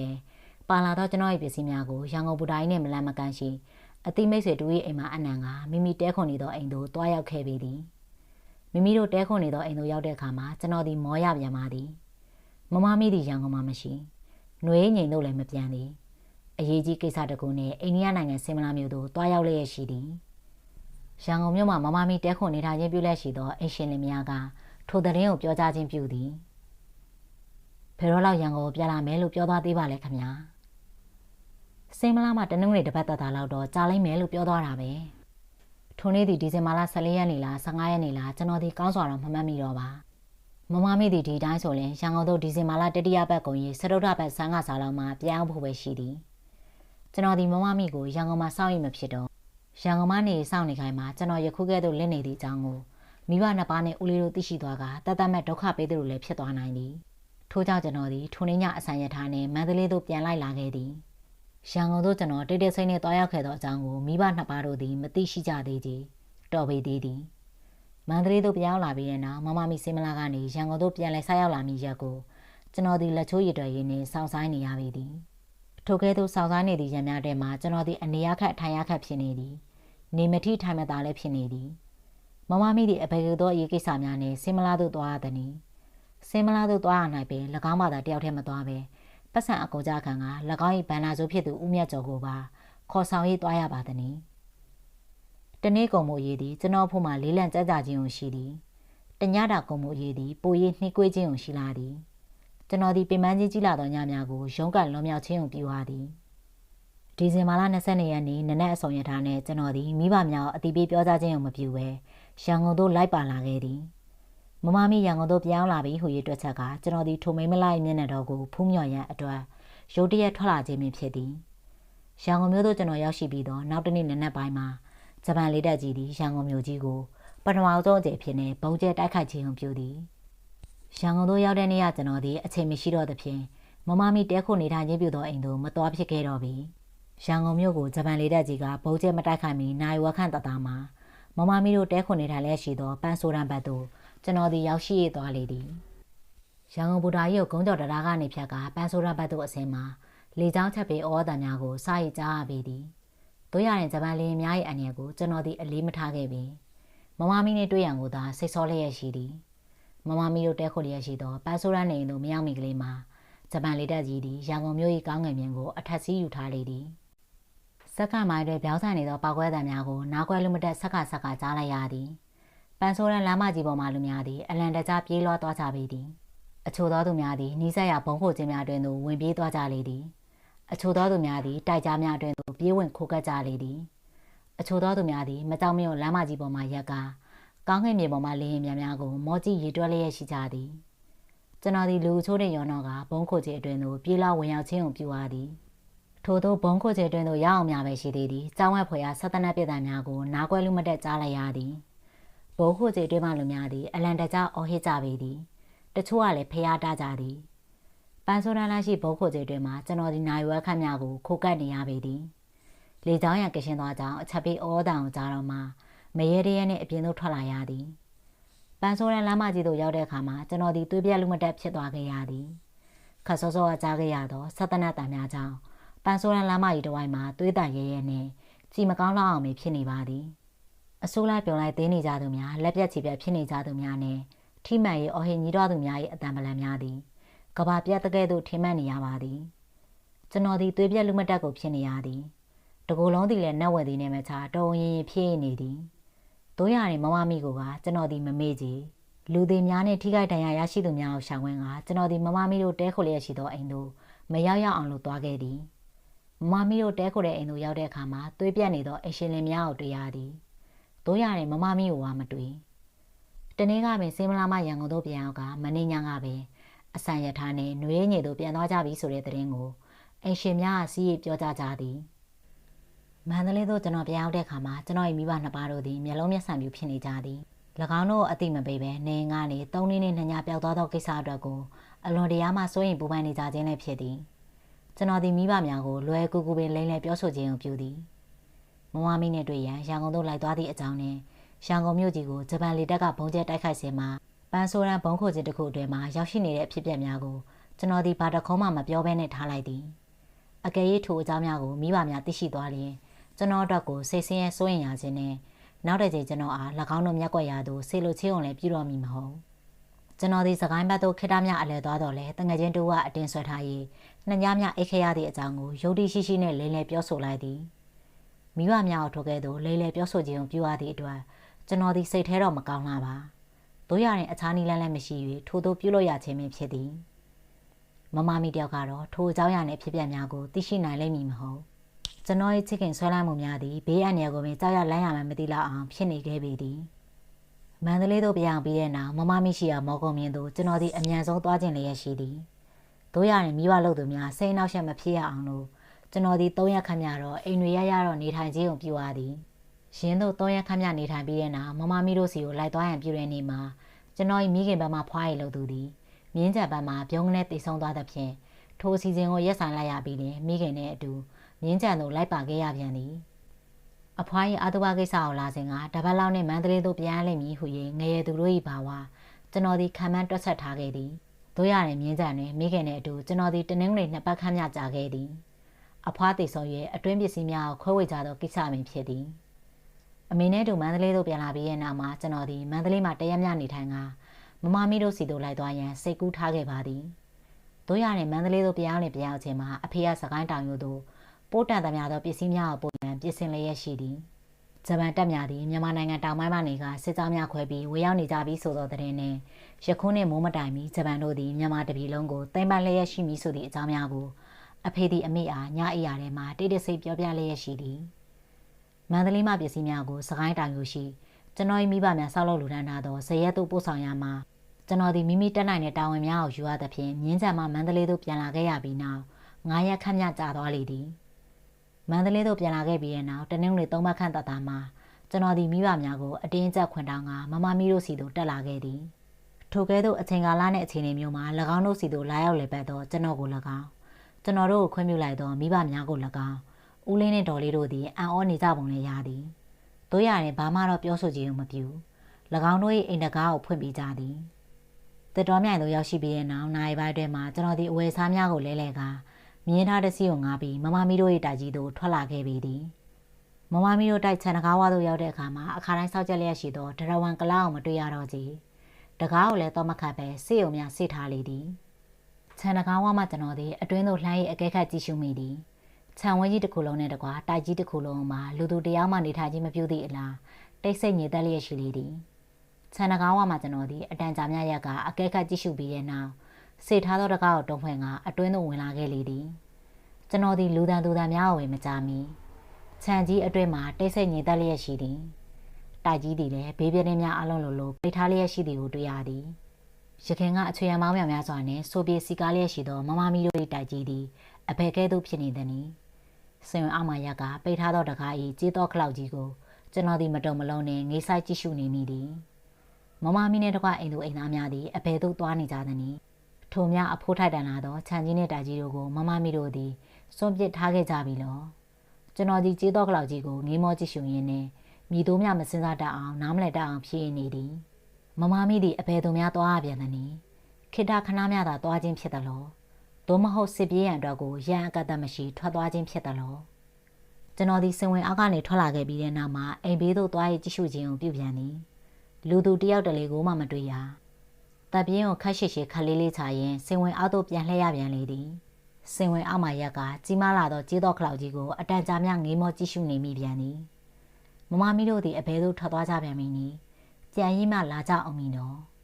မမမီတို့၏ခြံကြီးတွေမှာကျွန်တော်ဒီတနိုင်နီးပါးခန့်များကိုအချိန်ကုန်လွန်ခဲ့သည်နောက်ဆုံး၌ကျွန်တော်အားအိုက်ခံမိသူတစုံတယောက်မှမတွေ့ရတော့သဖြင့်စေဝင်အောက်မှာရက်နေရမှာအပြင်ဘက်သို့ပြန်ထွက်လာတော့မည်အပြူမှာဘသူ့ကိုတွေ့ချင်လို့လဲမောင်ရင်ရှမ်းမျိုးသားတန်ခဝဲဝဲနဲ့ကြောနောက်ဖက်မှာတစုံတယောက်၏မင်းမြန်တန်ကိုကြားလိုက်ရပါသည်ကျွန်တော်ဒီအတက်မိသည်အတန်လာရနောက်ကျောဘက်သို့လှမ်းကြည့်လိုက်တဲ့အခါမှာအရက်၅ဘိတ်တာခန့်ရှမ်းမျိုးသားအဖိုးကြီးတို့ကိုတွေ့ရသည်ရခင်ကထိုအဖိုးကြီးကိုကျွန်တော်ဒီမမမီတို့၏တိုင်မှာတစ်စိတ်တစ်ခါမှမတွေ့ရဘူးပါလူသစ်တစ်ယောက်ဖြစ်သည်မမမီတို့နဲ့တွေ့ချင်လို့လာတာပါမောင်ရင်ကတခင်မလေးနဲ့အမျိုးတော်သလားဆွေမျိုးတော့မတော်ပါဘူးခင်မင်းနဲ့မိတ်ဆွေတူပါအကြောင်းတူတော့ရှိလားအကြောင်းတူတော့ရှိလို့မဟုတ်ပါဘူးခါတိုင်းလဲခုလိုလားလဲနေကြမို့လာလဲတာပါခင်ဗျာတခင်မလေးတော့အိန္ဒိယကိုသွားပြီးမောင်ရင်ကျုပ်တို့လင်များသူတို့မရှိခိုင်းမှာသူတို့တိုက်ကြီးကိုအဆောင်ခိုင်းခဲ့လို့မမမေအိန္ဒိယကိုသွားပြန်ပြီဘယ်တော့လောက်ပြန်လာမှာလဲလဲစစ်ကြီးပြီးတော့မှပြန်လာမယ်လို့ပြောသွားတယ်ကွစစ်ကြီးပြီးမှပြန်လာမှာတဲ့လားစစ်ကြီးကဘယ်လောက်ကြာကြာဖြစ်နေအောင်မလဲလဲမောင်ရင်ကျွန်တော်လည်းစစ်ကြီးဘယ်နဲ့ပြီးမယ်ဆိုတာကိုဦးကြီးလိုပဲသိချင်နေတဲ့လူတစ်ယောက်ပါခင်ဗျာအကြာကြီးမှဖြစ်နေအောင်မလားမောင်ရင်ကျွန်တော်လည်းအဲ့ဒါကိုအစိုးရင်ဆုံးပါပဲခင်ဗျာမမမီတို့ရဲ့တိုက်ဆောင်အဖိုးကြီးသည်တပ်ပြေးဝင်ချလိုက်သည်ကျွန်တော်ဒီလည်းမိမိသိရှိသေးလို့တော့ကိစ္စများရှိသဖြင့်အခြားအိမ်ရခိုင်းထားတဲ့လူတွေရောဘယ်ပြောင်းသွားကြလဲခင်ဗျာတခင်မလေးကသူအိမ်ကြီးအောင်မသွားခင်မှာအဖော်တယောက်ကိုသူမရှိတဲ့အခိုင်မှာရင်းနှီးလောက်ကင်စားတော့ဖို့ဆိုပြီး2000စီ3000စီပေးထားခဲ့တယ်သူတို့တွေရောဘယ်ကိုသွားကုန်ကြပြီလဲခင်ဗျာသူတို့ရက်ကိုသူတို့ပြန်ကြတယ်နဲ့တူတယ်ကျုပ်ကတော့မေးမထားလိုက်မိဘူးတခင်မလေးနဲ့တူတူလူတယောက်တော့အိန္ဒိယကိုပါသွားတယ်သူ့နာမည်ကမောင်မင်းကျော်ဆိုလားမောင်မြတ်ကျော်ဆိုလားကျုပ်တော့တေးချာချာတော့မှတ်မိတော့ကျွန်တော်ဒီတပ်ပြင်းကိုသာခက်ရှိရှိခလေးလေးချလိုက်မိသည်အကြောင်းစုံကိုသိရှိပြီးကျွန်တော်ဒီရှမ်းမျိုးသားအဖိုးကြီးကိုနှုတ်ဆက်စကားပြောကြပြီးတဲ့နောက်မမမီတို့၏ခြံကြီးတွင်ကနေတလန်းချင်းလေးကက်ကန်နဲ့ထွက်လာခဲ့သည်ဤစစ်ကြီးအတော်အတွင်းမှာမမမီကိုကျွန်တော်ဒီနောက်ထပ်လူချင်းတွေ့ဆုံရန်အခွင့်အလမ်းမရှိတော့ပြီစစ်ကြီးကဘလောက်ကြာကြာဖြစ်နေအောင်မာတယ်လေမင်းမြန်းလိုက်တော့ချမ်းဆောင်အဖိုးကြီးအတန်ကိုကျွန်တော်ဒီပြန်လဲကြားအောင်လည်းရရှိသည်ကျွန်တော်ဒီထိုချမ်းဆောင်အဖိုးကြီးနေတူစစ်ကြီးပြီးဆုံးမဲ့နေရတို့ကိုသိရှိခြင်းမိသည်ဤစစ်ကြီးဒီဘလောက်ကြာကြာဖြစ်နေအောင်မီနီမိဒီနေရကြမှာပဲဤစစ်ကြီးဒီပြီးဆုံးပါအောင်မီနီစကိုင်းတောင်ရုံမှာစစ်ပြေးရင်ခိုးကနေရတော့နေရကာလာများကအထက်ပါမိကုန်းများကျွန်တော်ဒီမိမိဘာသာတယောက်တည်းမင်းမြန်းလည်းရရှိနေသည်စကိုင်းတောင်ရုံမှာမင်းကုန်းဘက်သို့ပြောင်းရွှေ့နေထိုင်ခြင်းကိုပြုလာခဲ့ရတော့အချိန်နာရီများတော့ကလည်းအထက်ပါမင်းကုန်း၏အဖြေတို့ကိုကျွန်တော်ဒီကြံစားရှာဖွေခြင်းကိုပြုခဲ့သည်စစ်ကြီးတွင်ဂျပန်ဩဇာခံဆိုရလက်အောက်မှာအလုပ်ပြန်မလုပ်တော့ပါအခြားမည်သည့်အလုပ်ကိုင်းမှလည်းမလုပ်ပဲအနားယူနေထိုင်ခဲ့သည်ဂျပန်ဩဇာခံရုပ်သေးအစိုးရဖွဲ့ကိုထူထောင်ဖွဲ့စည်းပြီးတဲ့နောက်ရန်ကုန်တက္ကသိုလ်ကိုဖြစ်တယ်လို့ပြန်လည်ဖွင့်လှစ်တင်ကြားခြင်းကိုပြုသည်တို့ရတဲ့ကျွန်တော်၏မိဘများသည်ကျွန်တော်ကို၎င်းတို့နှင့်ခွဲကာတက္ကသိုလ်သို့မလွတ်ကြတော့ကြီးကျွန်တော်ကိုယ်တိုင်လည်းစစ်ကြီးတွင်မှာတက္ကသိုလ်ကျောင်းပြတ်တက်ရန်စိတ်ထက်သန်ခြင်းမရှိလားကျွန်တော်ဒီမိဘများနဲ့တူစစ်ပြေးရင်အေးစစ်စစ်နေထိုင်ခဲ့သည်ထို့သောနေထိုင်ရင်းနဲ့စစ်ကြီးပြီးဆုံးပြီးနေရတဲ့နာရီများကိုစောင့်နေခဲ့သည်စစ်ကြီးပြီးဆုံးတဲ့တနေ့မှာကျွန်တော်ဒီမမမီနဲ့ပြန်တွေ့နိုင်မည်မဟုတ်သလားထိုကဲ့သို့နေရတဲ့နာရီတို့ထက်စိတ်ဝင်စားဖွယ်ကောင်းသောအခြားကိစ္စသည်ကျွန်တော်မှမရှိပါမင်းကိုဘက်မှနေထိုင်ခဲ့ရစဉ်ကရေဒီယိုတစ်လုံးကိုတိတ်တိတ်ဆိတ်ထားရှိသောမိတ်ဆွေတူ၏အိမ်သို့ကျွန်တော်ဒီတရက်ချားနေရချာနှမှန်ကြီးသွားရောက်ခဲ့သည်နယူးဒေလီမှ၎င်းခြုံကင်းမှ၎င်းလွှင့်နေသောစစ်တမ်းများကိုနားထောင်ခဲ့ပါသည် ဝန်ကေးပြောက်ကြားတက်များအထက်မြန်မာနိုင်ငံမှာရောက်ရှိတိုက်ခိုက်နေကြတဲ့တဲ့ရင်ကိုကြားရတဲ့အခါမှာကျွန်တော်ရဲ့နှလုံးသားသည်မြူးခုန်နေခဲ့ပါသည်အမေရိကန်ဗိုလ်ချုပ်ကြီးစတီဝဲ၏တပ်များကချင်တောင်တန်းဒေသများမှာခြေကုပ်ရနေပြီဆိုတဲ့တဲ့ရင်ကိုနားထောင်ရတဲ့အခါမှာမမမီမျက်နှာကိုကျွန်တော်ဒီမြင်အောင်လည်းရှိသည်စစ်ကြီးတွေ3နှစ်ဆိုသောအချိန်သည်နည်းနည်းအချိန်ကာလတော့မဟုတ်အလွန်တရာဝင်လေးပင်ပန်းလာသောအချိန်နာရီများပင်ဖြစ်သည်ဗိုလ်မှူးကြီးပါတို့ဦးစီးသောဗမာမျိုးချစ်လက်နက်ကိုင်တပ်များအထက်မြန်မာနိုင်ငံတလွှားမှာဂျပန်စတဲ့စစ်ကြီးများတိုက်ခိုက်သောအချိန်မှာကျွန်တော်သည်အလွန်ပဲပျော်ခဲ့ပါသည်ဗိုလ်ချုပ်ကြီးစလင်းဦးစီးသောအမှတ်14တပ်မတော်ကြီးသည်ဂျပန်များကိုအာတန်စစ်ကြောင်းကနေစတင်ထိုးစစ်ဆင်နေကြပြီဆိုတဲ့သတင်းကိုကြားရတဲ့အခါမှာကျွန်တော်သည်မိုးမမြင်လေးမမြင်ဖြစ်ခဲ့သည်ဗိုလ်ချုပ်အောင်ဆန်းဦးစီးသောဗမာမျိုးချစ်တပ်မတော်များဂျပန်မြန်မာနိုင်ငံအနှံ့အပြားမှာစတင်တော်လှန်တိုက်ခိုက်ကြတဲ့အခါမှာကျွန်တော်သည်အလွန်ပျော်ခဲ့သည်အထက်မြန်မာနိုင်ငံကိုမဟာမိတ်တပ်များသိမ်းလိုက်ပြီးနောက်မန္တလေးမှာစစ်ဘက်ဆိုင်ရာမြို့ပြအုပ်ချုပ်ရေးကိုထူထောင်လိုက်တဲ့အခါကျွန်တော်၏ဖခင်သည်၎င်း၏မူလတာဝန်ကိုပြန်လည်ထမ်းဆောင်ခြင်းကိုပြုအပ်သဖြင့်ကျွန်တော်တို့မိသားစုသည်မန္တလေးသို့ပြန်လည်ပြောင်းရွှေ့လာခဲ့သည်မန္တလေးသို့ပြန်လည်ရောက်ရှိပြီးတဲ့နောက်ကျွန်တော်သည်ပထမဆုံးကြိမ်ဖြစ်နေရရှိသောအခွင့်အရေးဖြင့်ဦးလေးကိုတင်မောင်တို့စီသို့တက်လိုက်လာခဲ့သည်ကျွန်တော်၏ဖခင်သည်တာဝန်ဖြင့်ຫນွေရင်းညင်သို့တက်ရန်ကိစ္စပါလာသည်ထို့ကြောင့်ကျွန်တော်သည်အဖေနှင့်အတူတက်ခါလိုက်ခဲ့ခြင်းဖြစ်သည်ဦးလေးကိုမောင်တင်တို့အိမ်သို့ရောက်ရင်ကျွန်တော်ဒီအဝယ်စားများကိုလဲကမမမီတို့ခြံဘက်သို့တယောက်တည်းထွက်လာခဲ့ပြီသည်မမမီတယောက်ပြန်များရောက်နေပြီလားရောက်နေလူချင်းများတွေ့ရရင်ကျွန်တော်ဒီအနှင်းလာလာကအောင်းအီးထားခဲ့ရတဲ့ရှင်ကိုဖွင့်လိုက်မိဟူ၍လဲတွက်ချက်ထားသည်တို့ရရင်နှမ်းထွက်နဲ့မှန်းချက်ကမကိုင်းမမမီတို့တိုက်ကြီးနဲ့ခြံကြီးတစ်ခုလုံးမှာအစားနာများရင်မတွေ့ရတော့ဂျပန်ခေတ်ကထိုချမ်းတဲ့စောင့်ကြီးကိုဂျပန်တို့သည်ရိတ်ခါကိုလောင်ကြီးဖြစ်နေအသုံးပြုခဲ့ကြသဖြင့်မဟာမိတ်တပ်များ၏ဘုံကျဲတိုက်ခိုက်ခြင်းကိုစီးညံ့ညက်ကြည့်အောင်လို့ခံလိုက်ရခြင်းပင်ဖြစ်သည်ကျွန်တော်ဒီစိတ်မပြတ်သေးပဲမမမီ၏သတင်းစာနာကိုကြားရလို့ကြားရညာအနီးနားတစ်ဝိုက်မှာလိုက်လံရေးစုံစမ်းကြည့်မိသည်အနီးနားတစ်ဝိုက်မှလူများသည်မမမီ၏သတင်းကိုဘာတစ်ခုမှမကြားနိုင်ကြကြမမမီတို့တိုက်ဆောင်အဖိုးကြီးဖွားရေးလင်များနာဘုံကျဲချရမှာပါသွားကြောင်း၎င်းတို့သိရသမျှကိုသာပြောကြားကြပေသည်ကွင်းမြောင်မြောင်ကြီးဖြစ်နေသောမမမီတို့၏ခြံဒီနာမှာကျွန်တော်ဒီတော်တော်နဲ့မခွာနိုင်တော်တော်ကြီးလည်းစိတ်မကောင်းဖြစ်ရသည်စစ်ကြီးမှပြီးသလောက်ပင်ဖြစ်သည်မမမိသည်စင်မလာသို့စစ်ပြေးနေရမှာပြန်လာအောင်မည်လားဘယ်တော့လောက်ပြန်လာပါမည်နည်းပြန်လာတဲ့ခါမှာအဘယ်သို့နေထိုင်ပါမည်နည်းမမမိတို့၏တိုက်နေရဟောင်းမှာကျွန်တော်ဒီကြောခိုင်းထွက်လာတဲ့အခါမှာအလွန်တရာလေးလံထိုင်းမှရနေပါသည်မန္တလေးမှာထွက်ခါစားကရွှင်လန်းနေသောစိတ်ဓာတ်များသည်ကြက်ပြောင်ငှက်ပြောက်ပျောက်ကုန်ကြသည်စေဘဆိုင်ရာမြို့ပြအုပ်ချုပ်ရေးတန်းကုံဆုံးပြီးနိုင်ငံရေးအုပ်ချုပ်ရေးသို့ပြောင်းလဲလာသောထိုတနေ့ကနွေရာသီတစ်ခုလုံးလိုကျွန်တော်သည်တစ်တော်မြိုင်မှသာနေထိုင်ခြင်းကိုပြုကာမမမီပြန်လာလိမ့်နို့နို့စောင့်မျှော်ခြင်းကိုပြုရလေသည်ကျွန်တော်သည်တနေ့လင်တစ်ခါမမမီတို့၏ခြံနေရာသို့ရောက်သည်ကွင်းခါခါရင်ဖြစ်နေသောထိုနေရာကိုငေးမောကြည့်ရှုခြင်းကိုပြုသည်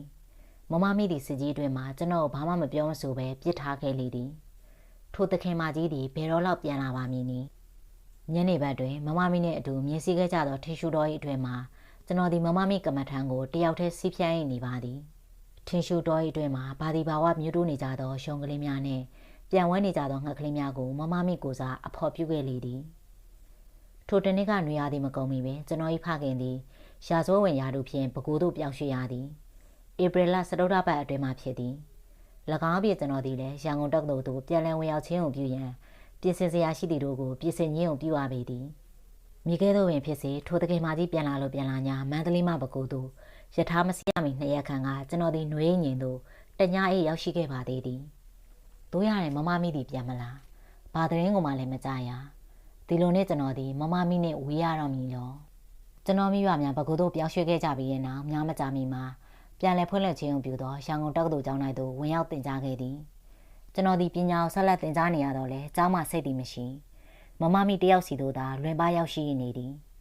ကျွန်တော်ဒီနှွေးငင်မှာဦးလေးကိုမောင်တဲ့ထံသို့တလတစ်ကြိမ်မှန်မှန်ကြီးစာရေးခြင်းကိုပြုသည်စာထဲမှာထူးထွေရေးသားစရာတော့မရှိမမမီတို့နှွေးငင်သို့ပြန်ရောက်မရောက်ဆိုတဲ့သတင်းကိုတွယ်ဝါးရေးစုံစမ်းမေးမြန်းခြင်းကိုပြုသည်တို့ရရင်မမမီသတင်းကိုကဘာမှမကြားရကြ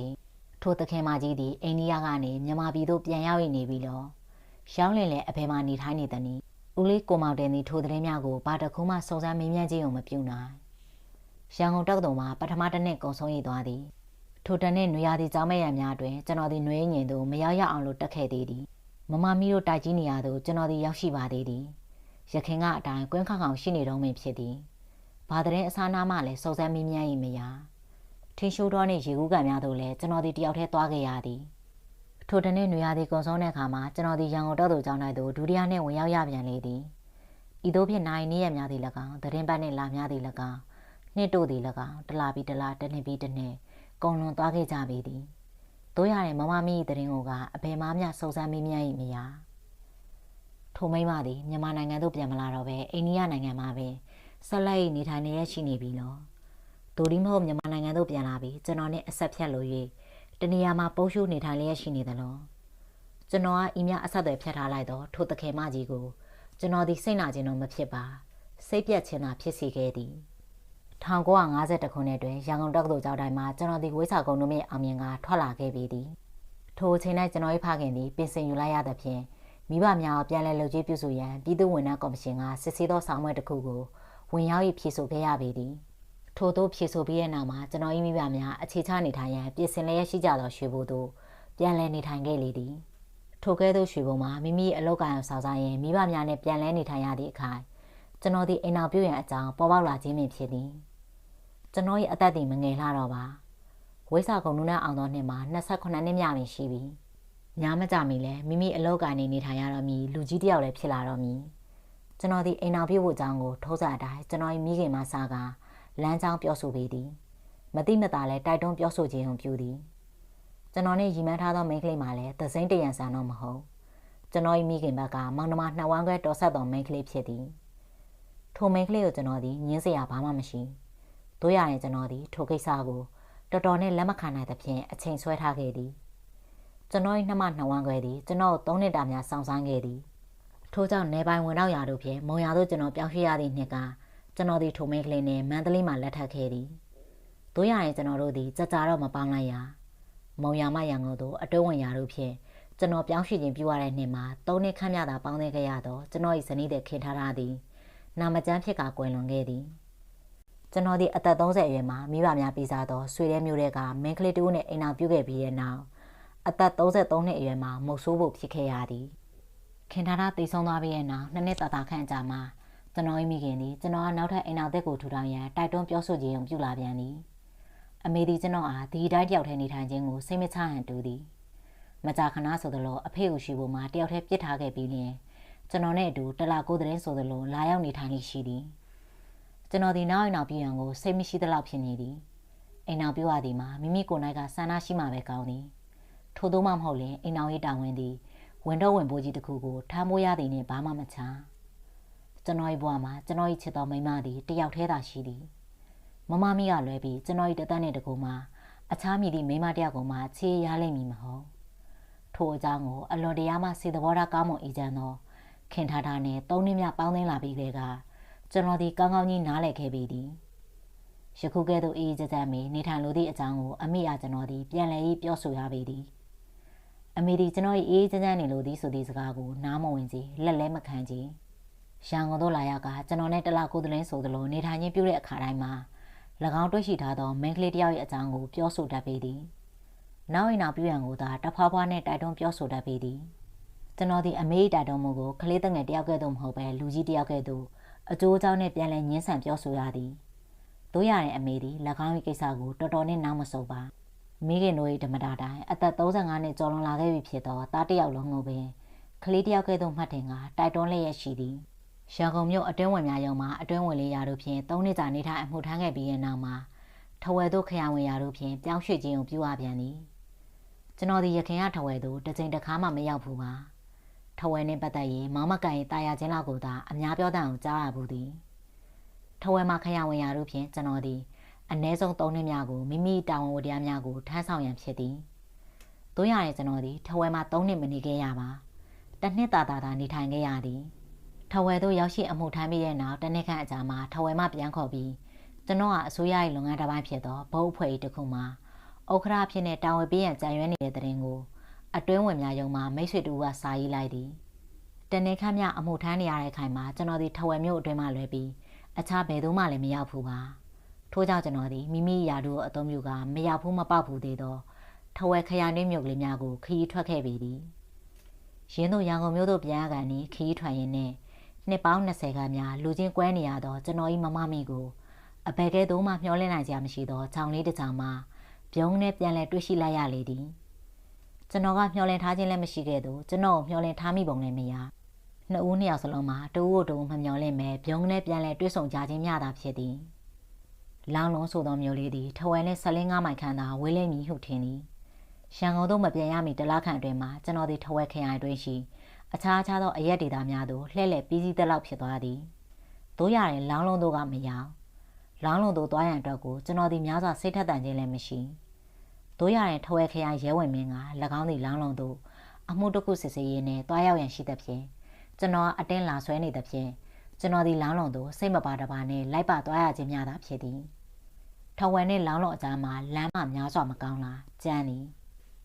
လောင်းလုံးသည်ဆင်းရဲသောမျိုးလေးတစ်မျိုးသာဖြစ်သည်ထို့ကြောင့်စီကားကားလည်းမရှိလားကြီးစရာရှုစရာလည်းထွေထူးထူးတော့မရှိတို့ရတဲ့လောင်းလုံးမျိုးသူမျိုးသားများသည်များသောယူသားအီဂျန်လျက်နေသက်စွာနေထိုင်တတ်သူများလည်းဖြစ်သည်လောင်းလုံးမှာ3ရက်ခန့်များနေထိုင်ရန်ပဲဖြစ်သည်မိမိတာဝန်ယူအုပ်ချုပ်နေရသောခရိုင်တွေမှာမြို့နယ်တနေကိုရောက်ရှိနေသည့်အခိုင်မှာကျွန်တော်သည်မိမိထမ်းဆောင်ခြင်းပြုရသောတာဝန်များကိုထမ်းဆောင်ရပေသည်တို့ရတဲ့အလုပ်ကတော့များဆဆမရှိတရက်လောက်စစ်ဆေးလောက်ကပြီးရဲ့နောက်မှာပြီးစီးသလောက်ဖြစ်သွားသည်မိမိလောက်ကဆောင်ရွက်ဆရာရှိတဲ့လုပ်ငန်းများကိုလောက်ကပြီးစီးပြီးတဲ့နောက်ထဝယ်သို့မပြန်မီတရက်ကကျွန်တော်သည်မြို့အုပ်များနဲ့တူမြို့လှည့်လည်ကြည့်ရှုမိသည်ခရိုင်ရဲဝင်မင်းသည်အမှုတစ်ခုစစ်ဆေးနေရ၍မလိုက်ပါနိုင်ကြရင်းတို့လောင်းလုံးမြို့အုပ်နဲ့တူလှည့်လည်ကြည့်ရှုရင်းကပင်လယ်ဘက်သို့ထွက်သောမြို့၏အစွန်ဘက်မှာအလွန်တရားမှကျယ်ဝန်းလာသောခြံ၏တစ်ခြံနှင့်၎င်းခြံ၏တွင်မှတာနာနာနှင့်ဆောက်လုပ်ထားသောအိမ်တစ်လုံးကိုတွေ့ရှိရသည်ဤသို့ဆင်းရဲပြီးကြောင်ကြလာသောအရက်ဒေသမှာအဘယ်သူသည်ဤမြကျယ်ဝန်းသောဝင်းချံဤမြကောင်းမွန်သောအိမ်မျိုးနှင့်နေထိုင်လျက်ရှိပါသည်။ကျွန်တော်ဒီထိုအချက်ကိုစဉ်းစားမိသဖြင့်ဒီခြံနဲ့အိမ်ကဘသူဟာလဲခမရဒေါ်မိမိကြီးရဲ့အိမ်လို့ပြောတယ်ကျွန်တော်တော့လူချင်းမသိရသေးပါဘူး။ထိုကဲ့သို့မျိုးမရပြောဆိုလိုက်တဲ့အခါမှာကျွန်တော်ဒီမမမင်းဟူ၍ခေါ်ခဲ့ရတော့ကျွန်တော်ရဲ့ဒေါ်မိမိကြီးများဖြစ်နေမလားဟုတွေးကပုံမွေးစိတ်ဝင်စားလာမိသည်။အဲ့ဒေါ်မိမိကြီးဆိုတာထဝယ်လောင်းလုံကပဲလားယင်ကျွန်တော်တို့ရက်ကတော့မဟုတ်ပါဘူးရေးပါမယ်ဟိုးထက်ပမာပြီးရွှေဘိုဘက်ကလို့ပြောတယ်တော့ကြားဘူးတယ်အော်ရွှေဘိုဘက်ကတယ်လားစေးကြီးနဲ့ရောသိလားရုံကိစ္စအတွက်နဲ့နှစ်ခေါက်သုံးခေါက်လောက်တော့လာဖို့တော့လူချင်းတော့မြမန်းတမ်းမိပါတယ်တိတ်ပြီးတော့ရင်းနီးနီးတော့မဟုတ်လာပါဘူးဒီရက်ကိုရောက်တာရောဘယ်လောက်ကြာပြီလဲခမစစ်ကြီးပြီးရဆိုပါတော့ရေးပါမယ်ဒေါ်မိမိဆိုတာကရောအိမ်အောင်နဲ့လားဘယ်ရွယ်လောက်ရှိပလဲအိမ်အောင်နဲ့မဟုတ်ဘူးလို့ထင်ရတာပဲအသက်ကတော့40ကျော်ကျော်45နှစ်လောက်တော့ရှိလိမ့်မယ်ထင်တယ်ရွှေဘိုဘက်ကလည်းဆိုသည်အသက်45နှစ်ခန့်လောက်လည်းရှိမည်ဟုဆိုရင်ထိုဒေါ်မိမိကြီးသည်ကျွန်တော်၏မမမိကလွယ်ပြီးအခြားဘယ်ဒေါ်မိမိကြီးများဖြစ်နိုင်အောင်မည်နီကျွန်တော်၏ရင်မှာလည်းခုံကြီးလာသည်